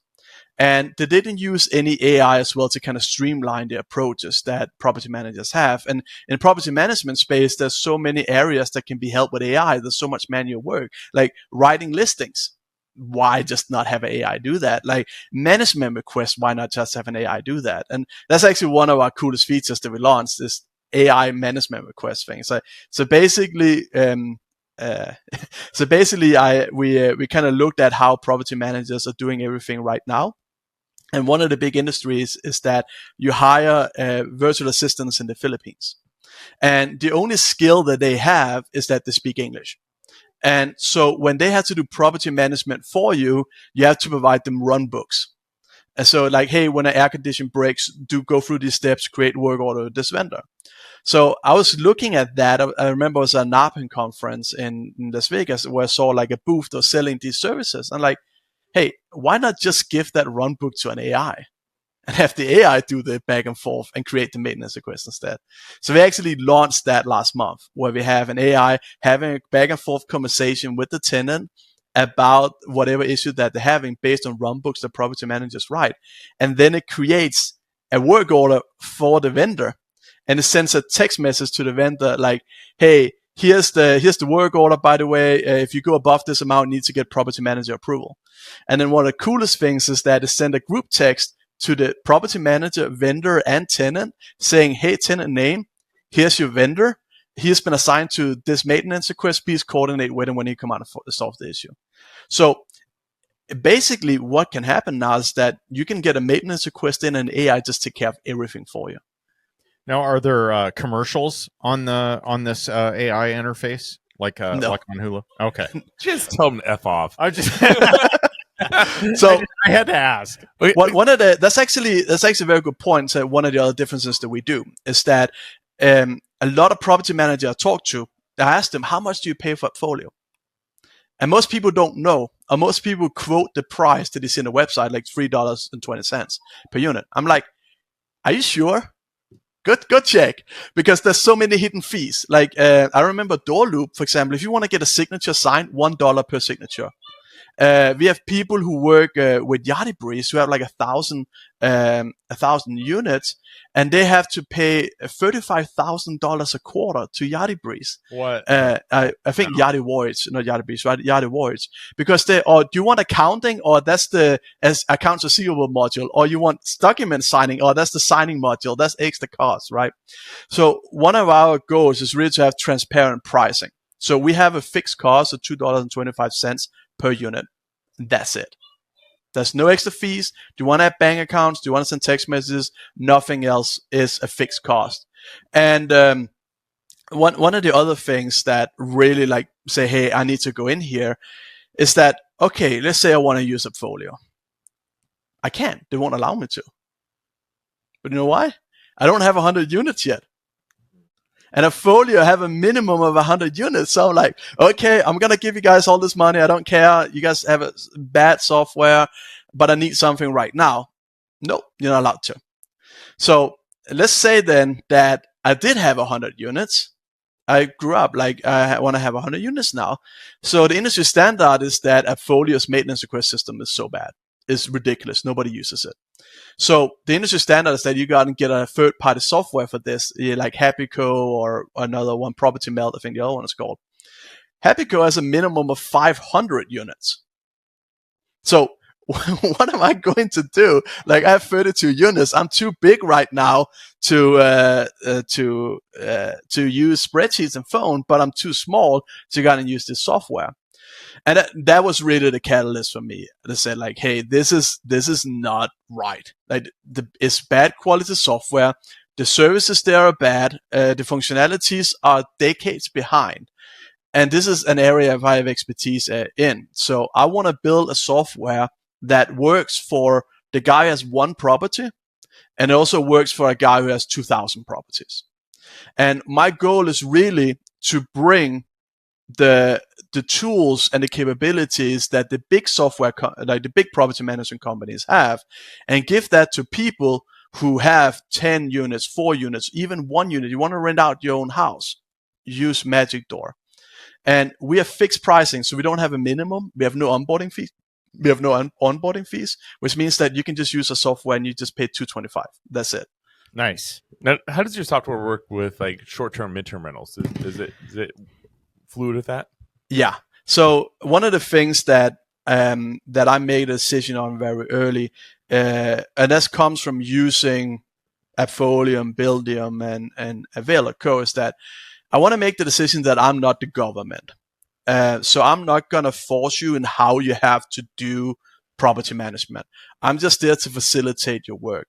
So one of those things is, for example, that I'm going to allow you to have multiple leases on the same property at the same time. I'm going to, even the same unit, right? If you have a tenant, I'm going to allow you to have multiple leases on the same tenant at the same time. If you want to have at least as 4 days, you can have at least as 4 days. You don't need to have a lease signed to set it up in my system and start getting rent collection in, because all of that is not always necessary, right? Like one of the biggest pain point that I have is for my property in LA. One of the rooms has 4 college girls living there, and they have like every 6 months, like one move out, another one move in. So I've constantly turned that property. And every time I did that on a folio, sorry, that's Buildium actually I used back then, I had to end the lease, set up a new lease in the system, and I had to send a new lease out for signing that all the girls had to sign before I could get a new online portal login for the new girl. As it wouldn't allow her to have online portal, and I couldn't remove the girl who moved out. So I had to go through that whole process to do that. And that was like hours long process. And on top of that, also when you have people move out early, you cannot end the lease before you have a new tenant move in, because they're still responsible for the rent payment until the new tenant moves in, right? But a lot of these systems won't allow me to set up a new draft lease that can get signed before ended the previous lease. So I was sitting there where I had to go in the software and end the lease and that was a notification out to the tenant that your lease have ended before I even was sure that the new tenant could actually come into the apartment. So like those lessons learned from me is one of the reasons why we built the software to be very dynamic and allow you to do whatever you want to do on the platform. So I do a lot of midterm rentals, and I don't allow long. Like I have people that might stay for 6 or 12 or 18 months, but they're fully furnished, everything's included. And to make sure I'm staying within city code, I want a new lease going out every 30 days. Yeah. And so that's possible with Magic Door. Oh yeah, and we even automate that system for you. So if you want to get something signed every 30 days, you can have it automatically send out the new lease for signing every 30 days. And this actually comes into one of the processes we took. Like one of the reasons why we can be profitable and allow people to have be on a platform with one unit is because most of our software is home built. Where if you go to a thing like Folio and Buildium, and especially like the smaller, newer ones like Doorloop, all of that is third party that they had to pay for. But we have, my whole team is ex-Amazon, Microsoft, and Google engineers. So we build everything ourselves in-house because that's quite often faster for us than it is to integrate with a third-party solution. And that really means that like our overhead cost per customer is almost nothing. And that means that we can go out and give all these cool tools also to the small people. So I just had a custom website built for my short-term, mid-term side of the business, and Boostly did it. I don't know if you're familiar with them. Yeah. And I had to pick a PMS system to integrate with, and I'm currently using OwnerRez, and OwnerRez is an absolute nightmare. I mean, it does everything, but it's not simple. It's not. It just doesn't integrate very well. Just to be 100% honest with you. I mean, it integrates with their site well, and it's the best out there from everything I've been told. But it is, I mean, you have to take a lesson to learn just to understand how to run the software. Yeah. And I mean, I would love to find something that's simpler to operate, even if it had less functions, just to have some more simplicity and not feel like a complete idiot to run it. And it's one of the big things for me as well is we call it workflows in my company. And one of my biggest philosophies is that like we need to simplify for the property managers out there. We did some analysis about how long it takes for a property manager to be proficient with current tooling, and the number we got was anywhere between 2 to 3 months. The thing is that a property manager turn rate is about once per year. Sometimes 2 years. But if you say 1 year and it takes 3 months of that 1 year just to learn the tools, you spend 25% of your time onboarding your employees, right? So for us, we have everything like really be streamlined. The first employee that I hired was not an engineer; that was a user experience engineer. So it was a person who just sit down and understand like how does a user think about property management. And that has a huge impact about every design, every page we have. We go ask ourselves, hey, why would you go here? What's the reason that you would go to a unit? What's the reason that you would go to a property? What is the reason you go to maintenance requests, right? So we ask ourselves that on every page and kind of design it around that. So the data that we have is that it takes about 2 hours to onboard to our platform to really understand it. Because we don't really need to learn it because we build it in the way that you think about property management.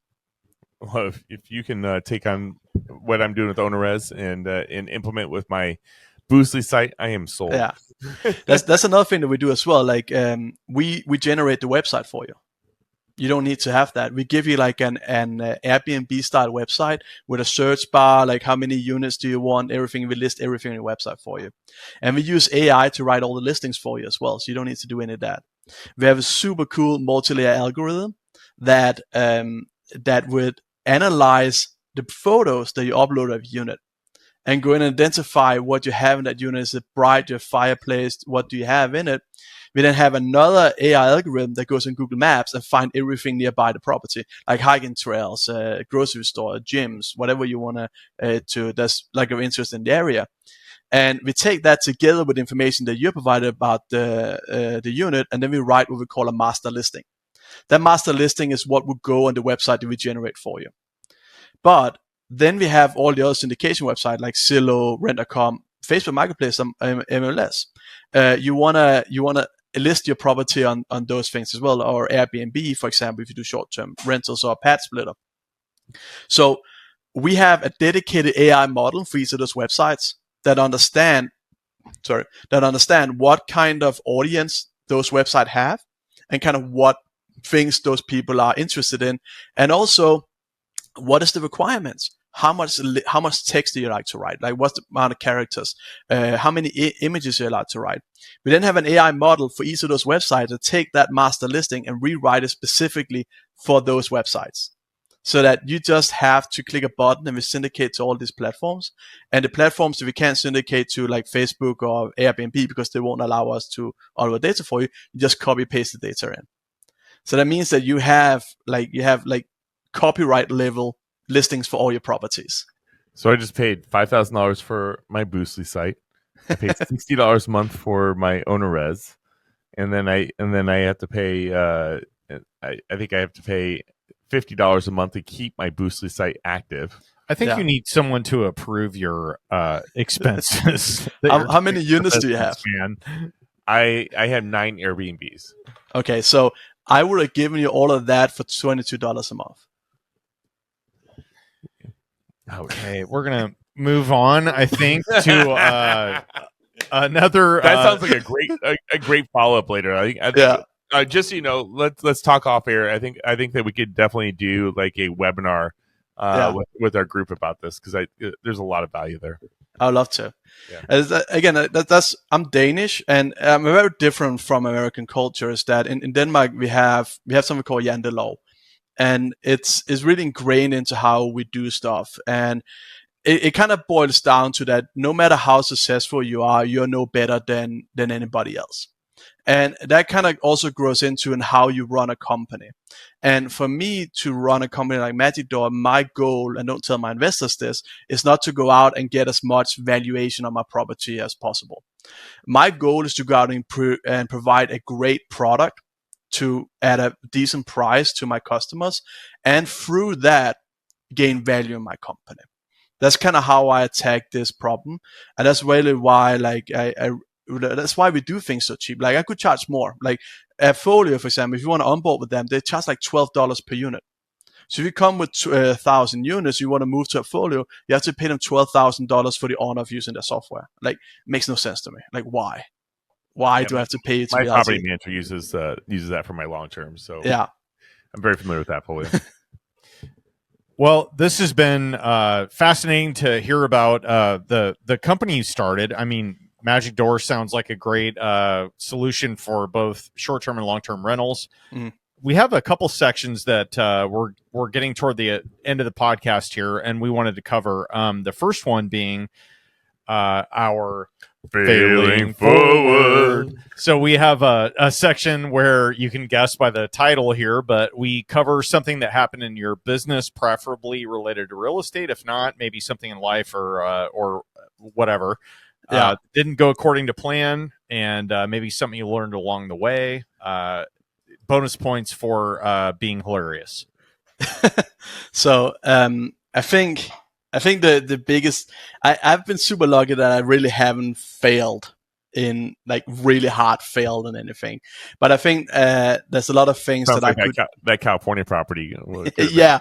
So that's kind of what I say. Like, I wish this thing had done differently. And if I had known more about property investment when I started, I would have not started in California.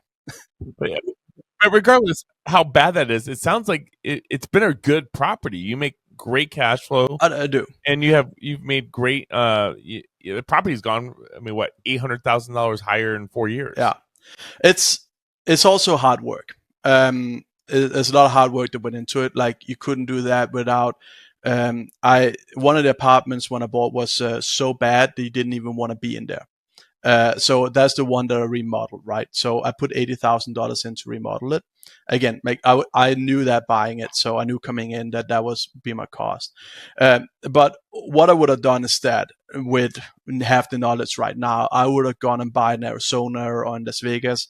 And at this point right now, Las Vegas is too expensive, so now I would go to maybe Utah, or I'm looking a lot in North Florida right now, or in South Georgia for my next investment areas. And that's really what I learned from that, where I didn't fail, but I could have done a lot better if I had more data.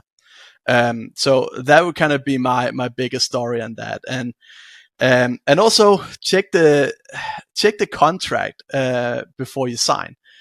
So I have a fun story if you want that. So I had to sue the seller of that building, and that was a 2-year lawsuit because it was a 2 lots. The property was on 2 lots, and when we had the MLS, they had both lots APN numbers of the lot on the MLS. Then after we signed and closed on the deal, they removed the second lot from the MLS, and they also removed it from the contract. And so when we went out to sign the title company, they'd been on a contract. The contract we signed with the seller had both APNs on it, but we went out to sell. When we went out to sign the title company, we didn't closely read that both APNs was there. I'd never thought to check for that, but then it turned out that the seller didn't own the second lot; the neighbor did, and the half the house was on that second lot. All the parking garage and my garden for that property was on that second lot. So that started then a 2-year lawsuit because everybody would not take fault on this. So I had to sue my own agent, I had to sue my seller's agent, I had to sue my title company, the seller, everybody involved. I had to start suing, and they knew this because they actually went in and removed it afterwards. So that's one of the reasons why I actually won the case, was because the seller's agent would lose his license if he didn't come to a conclusion of this case. Okay, so the lawsuit went against the seller or the seller's agent or both? All of them. And your buyer's agent? On my own agent as well. Yeah, and so did their E&O insurance cover that, or did they come out of pocket?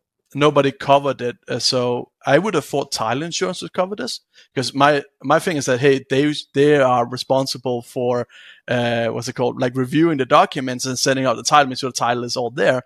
But because the seller did not send a second APN to the title company said we're not responsible for that. So it was a long process, and they had the second lot in escrow.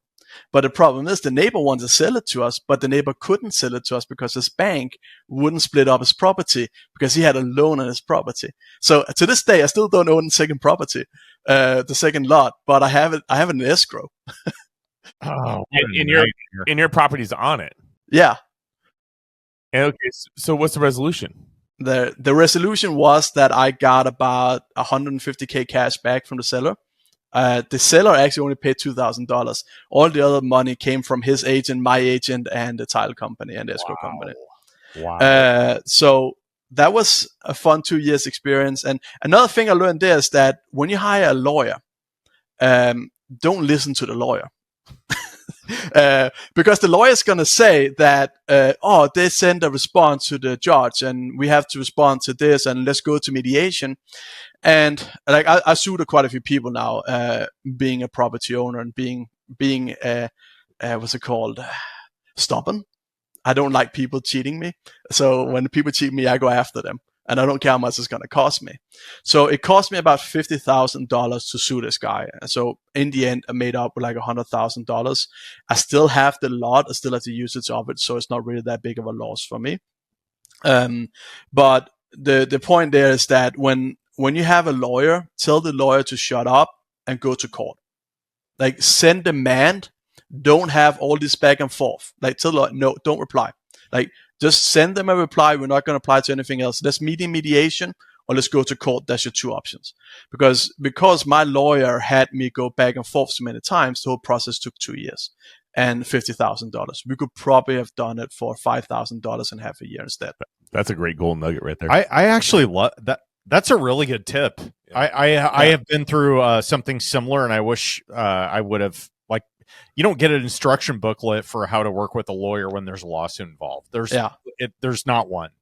So you have to rely on referrals and like what they're telling you. And a lot of times it's like going to a doctor. You're right. Like, okay, you have this, and this, like, you know, you're going to listen to them. But no, that's actually really good advice. I've been through something similar, and I wish I would have like heard you say that before. It's a funny thing. The guy who I rented out to in that unit, the one that I prepared for myself, I rented out to a guy who wanted to sublend it to traveling nurses. And I was okay with that because he paid a premium to be able to supplement the traveling nurses. And that went well for about 2.5 years. After that, the whole traveling nurses boom fell down. You guys remember during COVID, they're paying like $500,000 a year. Suddenly they went down to like $100K a year, which is still not bad, but not good enough for them to travel around the world like they did before. So this guy then had this great idea. Hey, I'm just going to rent it out at cost for the last half year of this rent. And then I'm just going to get out of it. And then I made my money. Somebody pay out the rest of my lease. He then decided to go and rent it out to a group of gangbangers. And so we have a luxury apartment in Culver City now with a group of 4 gangbangers living in there. And they apparently ran a brothel out of that place. And I couldn't do anything at all. Like all my neighbors' packages got stolen. They had to put up Ring doorbell cameras to make sure of it. And I couldn't do anything. Again, California, tenant, nice state. I just have to let this happen. Like I cannot do anything. So I finally come around to the time where his lease ends. And I inspected it like a month before the traveling nurses moved out. And that's like $1,000 in damages after 3 years. It's not that big of a deal, right? Yeah. So I then contact him in the beginning of August of last year, and I'm like, okay, you're not August, like the month before. I said, hey, your lease is coming up in September. You told me you don't want to renew, so I'm going to be there in August 18th where your lease ends, and I'm going to take over the property. I don't hear a word from him for like 2 weeks. And then like when August like 10th or something like that, I'm writing like, hey, I'm going to be there on August 18th. Like, why are you not replying me? Like, what the hell is going on? It doesn't reply me. And then I told him then August 17th, like, I'm leaving for California right now. Like, I have a hotel there. Like, I'm leaving right now. Then he finally text messaged me, oh, I'm going to be out at the end of the month. I'm like, no, I'm going to be there tomorrow. You're going to be out. It doesn't reply me. So I drive to California. I'm there at 8 a.m. at the building, knocking on the door. And nobody responding. I'm trying to go around the building, like figure out what's going on. Can I get in some way? I'm not allowed to, but I say, hey, what's going on in there? So there's like 5 people sleeping in one bedroom. It was crazy. And I finally got a hold of him. He said like he's going to come out later. And the tenant comes out and opens the door for me. I tell the tenant what's going on. And he was actually the one of them was very nice. The other ones were a little bit weird, like yelling at me, stuff like that. So I tell the tenant, say, you have until 12 o'clock to be out. And then the guy who I rented out to would be there around 12 to kind of negotiate with them how to get them out of that contract. So I'm sitting out in my car waiting, and this guy comes out and starts beating his girlfriend out in front of the porch. So I had to call the police on them because like, what the is going on? Like literally like beating her to the ground, like throwing her off the stairs and that kind of stuff. And then police comes, arrest that guy, and I finally come in and see the apartment. Everything is destroyed. Like, it rented out furnished. All the furniture was destroyed. All the backs of the couches was destroyed. They smoked so much weed in there that everything was destroyed. The dog ate the TV cabinet. Like, so everything was literally a loss. The mattresses was so bad that I had to wear gloves to throw them out. And I had to go, I have a pretty big pickup truck. I had to go like 5 trips to the dump just to throw all the trash out. And I had tenants moving in 2 days later. So, $20,000 in damages total. And this includes that they have broken all the window locks and all the door locks. So the night after I kicked them out, they broke back in and stole the refrigerator and stove. Oh, shut up. And the only TV that was left. What a nightmare. So I had to sue this guy for the rent because he just said, not my problem. And so I had to start a lawsuit on him. And again, my lawyer started out like that was response from their lawyer. So what they do, people are smart. They hire like a cheap law company who just files like a random document to the court or random answer to the lawyer.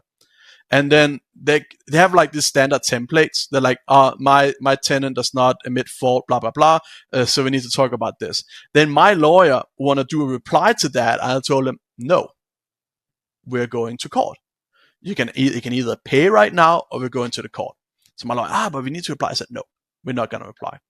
So it took 4 months with all like the time in LA and stuff like that. So I got a judgment against him now for the total amount. So 20,000 plus all lawyer fees plus everything. So all but then I learned afterwards that he also owns the building he lived at himself. He owns that. He owns $17,000 to that unit that he lived in while he was renting my business as well. And it's so funny because the agent that we used to find this guy, they got married after the fact.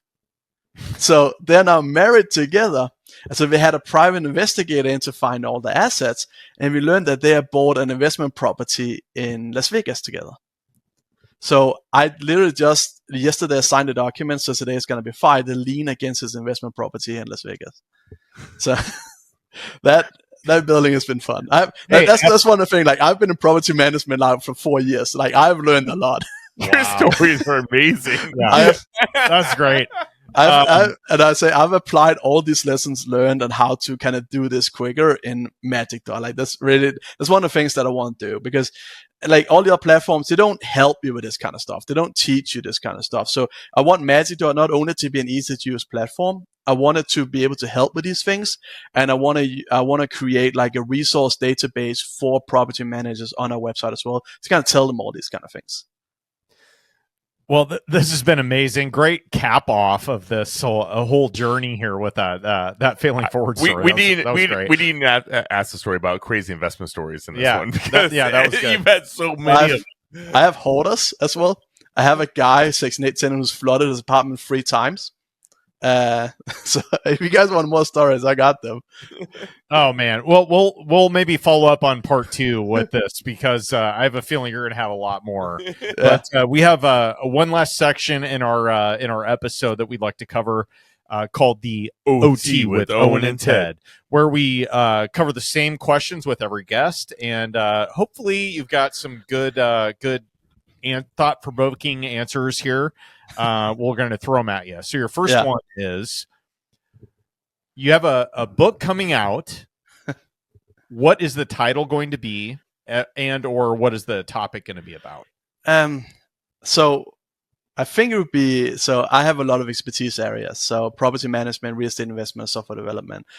So I really want to kind of tie all that together into simplifying property management. And I think that would be my name of the book, where I would do that.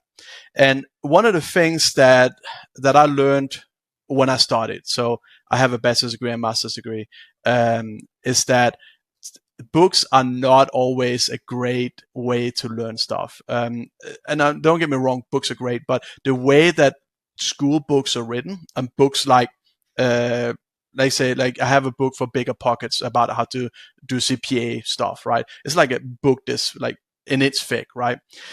The thing is that a lot of these books have so many stories, so many other stuff around it, that it makes it very hard to digest. And I remember when I was in college, we had like a big math book as well. That's like an inch thick. But you can go to a local library and you could buy a book written by other students that had all the golden nuggets for the math class. So you can either buy a 500-page math book, or you can go buy a 50-page like lookup book that was written by the students. And I learned more from that lookup book than I ever did from that like brick of a math book. So if I ever were to write a book, I would do it in the same way, like no stories, nothing, just indexes. Here's your problem, here's your solution. Here's the problem, here's the solution. So that's how I write that book. Cheat codes. I love it. I would call it Property Management Simplified by Kasper, because I mean, it seems that that's kind of what you're doing right now, and with the AI and everything on there. But just by our communications that we've had coming up to this podcast with your show notes and whatnot, I mean, dude, you are like ready to write a book right now. So I think that you're kind of like doing a disservice to the audience right now by not getting that out. So I have hired, again, like I don't think right now the best medium today's youth is books. I think it's more like media, like podcast and YouTube. So I actually hired a marketing manager last week, and we're going to start doing training videos about how to do property management within the next month or so. So that's really how I want to get into that. So we need to regear that. What's your next YouTube video going to be titled, and what's it going to be about? Okay, so we are on the Kasper podcast right now, and you can interview anyone in the world today. Who is it going to be, and what's the one dying question you want to ask? So one of my great heroes is actually Arnold Schwarzenegger. And I think I would love to sit down and have a conversation with him. I don't think... Did you watch his Netflix video that he did? His documentary? No, I haven't watched that yet. I read his book. Yeah. It's like a 3-episode documentary. You should watch it. I haven't had time for that, man. We're starting a company. You're an Arnold fan. You should watch it. Yeah, no, I've read his book though. And I follow him a long time, and I don't think I have a dedicated question I want to ask him, but I would like to sit down and have a conversation with him, because he's really been a role model for me from a very early age. Like, not only the bodybuilding, which is my favorite sport, but his move from Europe to America, and how like Arnold really set himself goals, and he like works tirelessly to achieve those goals. And I do the same thing. Like I tell people, like, I like to set stretch goals, and I like to work for them for like years. And I'm unrelenting. I go for that goal. And I just became an American citizen like 3 weeks ago. Hey, congratulations! And I wrote that on Facebook. Facebook. Even a citizen, so congrats. Thank you. And I wrote that on Facebook, and one of my fellow students from my elementary school, like when I was like 11, 10 years old, wrote me, Kasper, I can still remember when you were like that age, you said you want to go to America. And I said, like, yeah, like I'm relentless. And when I set a goal, I'm going to hit it, no matter how long it takes me, what I need to do. Yeah, congratulations. And so Arnold Schwarzenegger is not only been a great actor. That's some discussion. I think many people don't think he's a great. I do think he's a great actor, but he's been phenomenal in business development, starting up business, running businesses. But he's also been a great real estate investor. And one of the things that early too. Yeah, and one of the things that really shine through from his book is that how he opens himself up to get help and feedback from other people. And that's really something that I drive myself and my company with, is that I know I'm not the best at everything. I'm pretty good at real estate investment, I'm pretty good at software development, but I have a lot of things that need to make up for when running a giant business, a software business at that scale. So I surround myself with people who know better than me in those areas and let them advise me. And I think that's one of the biggest lessons that I learned from him. I remember listening to Bigger Pockets episode, and Brandon Turner mentioned that Arnold Schwarzenegger was on his dream list to have on the podcast. Mm-hmm. Yeah. Yeah. Okay, so our next question for you is, we're at the end of the Sogaard. I don't know if I'm pronouncing this right. We're going to go with it. Sogaard. Yeah. We're at the end of the era of your life. So we're at your funeral. There's a eulogy about to be happening here. Who's going to deliver it, and what are they going to say about you? Well, I would hope at that point my wife is still around, so I want her to do it, or my daughter at that point. So my wife is always future son. Don't forget about him. Future son, yeah. But my wife has been with me throughout all of this. She's been my rock, and she's also been driving a lot of this. And there's been no way that I could do what I've done with real estate investment and with software development, starting a company, without having my wife in my corner. And she's taking part of the business, helping me out doing the business. And without that, it would be impossible. So if anybody has to do a eulogy for me, that should be my wife. She knows me better than everybody else. Love it. What mentors had the biggest impact on you, and how they influenced your career or personal growth? So myself, I'm very self-driven. I'm constantly reassessing myself and constantly relearning. So a lot of my growth I have forced on myself by constantly having those stretch goals. But there's been two great mentors for me, Paul Tabor and Stephen Brown. Paul Tabor was my direct manager at Amazon, and later my direct manager at Royal Caribbean. And Stephen Brown was my direct manager at Hulu. And one of the things that they really taught me was how to be an effective and great leader. And I think one of the things that Paul always told me is like, trust but verify. And that's kind of how I drive everything, is that I surround myself with people who I trust, and I only verify that they do the work that they say they're going to do. I'm not going to breathe down their neck and not going to tell them how to do it. I'm just going to make sure they do what we agreed on. As long as they do that, they can do however they want to do it. And that it kind of also leads me a lot to how I run my company, because I have a lot of advisors from me who is, let's say, a little bit old school in how they run things. They want to hire like with interns, like sign people up with prohibition, and like I say, no, let's not do that, because that's hiring for failure. Like if you don't trust the person who you're hiring, then don't hire them. Find somebody else, right? So that's kind of my approach to those things. Now, we've interviewed a few people from Amazon. Martin Krimble, Justin Cambridge. Are you familiar with either of those guys? No, it's a big company. Yeah, so a reason I ask is they ran the real estate investing group that's in Amazon that took it to a worldwide. And I believe it's Martin. It's actually from Germany, if I remember right. But yeah, I think that's right. Yeah. So anyway, I didn't know if you knew him because they started the group inside Amazon. So I just had to ask. I didn't even know we had a group like that. So I should have known that. Maybe I could have learned some lessons earlier. You should probably move back to Miami and work for Amazon again briefly. It's a good sized group. I think they have thousands of members, and they bring in names like Brandon Turner and whatnot to come speak. Like that's a great thing about a company like Amazon. You have a lot of people making a high income, and a lot of them. Like, it's a great place to find co-investors. Like one of the things that I really want to do later on as well is that I want to do real estate syndication. Once my company is up and running, I would just want to slow down a little bit, and that's a great place to find investors. There's also a lot of people that make a lot of money and burn a lot of money as well. I think that's the majority of them. But there's some very smart people that also do really good investment. Love it. Okay, last question for you. Anybody catching this episode likes what you have to say, they want to reach out to you or find out more about Magic Door or any of the stuff that you have going on in your life, how can they reach out to you? So we have a website, magicdoor.com. So our contact information. That's amazing that wasn't taken, that domain name. You want another story? We can go into that. Did you have to buy it from somebody? Oh yeah, I had to buy it. I figured. So I really wanted the word door in the name, right? Because I didn't like Appfolio and Buildy. I'm like, if you don't know the website, it doesn't really make sense what they are. So I wanted door in the name. So what can I kind of combine that with? Because door.com sounds weird, right? So a lot of thought went into that, and it kind of something came to mind for me was that like any sufficient advanced technology seems like magic to people.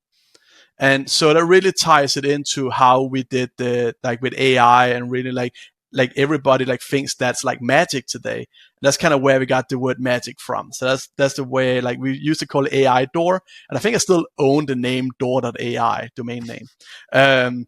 So we decided on magicdoor.com. And I still remember negotiating with the guy who owned the domain name. He bought it in like 1995 and just been sitting on it for like 30 years.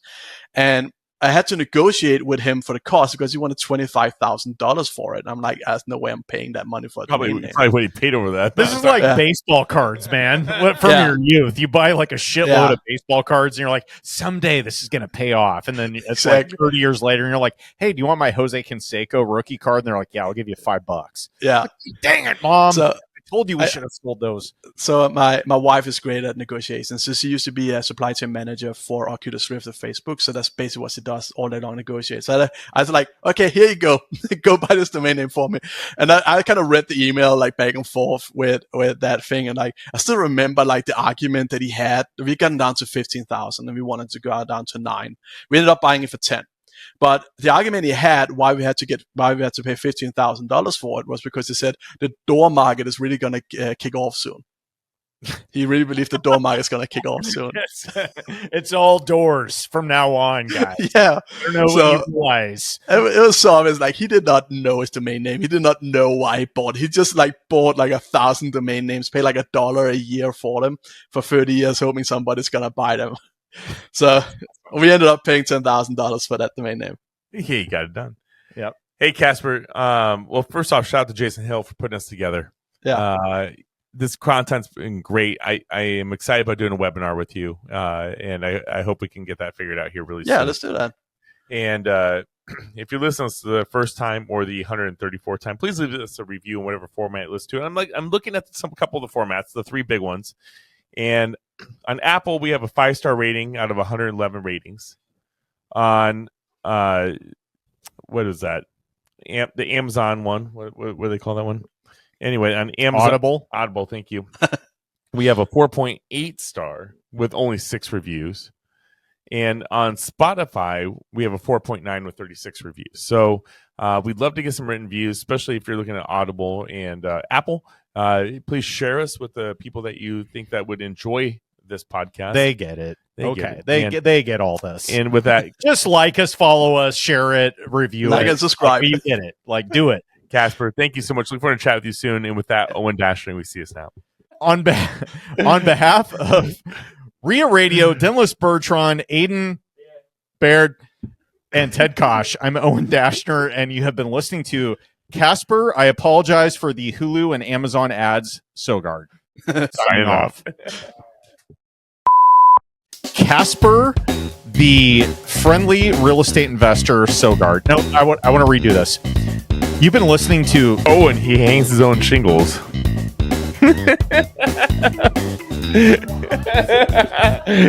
I don't know. Ted's buffering.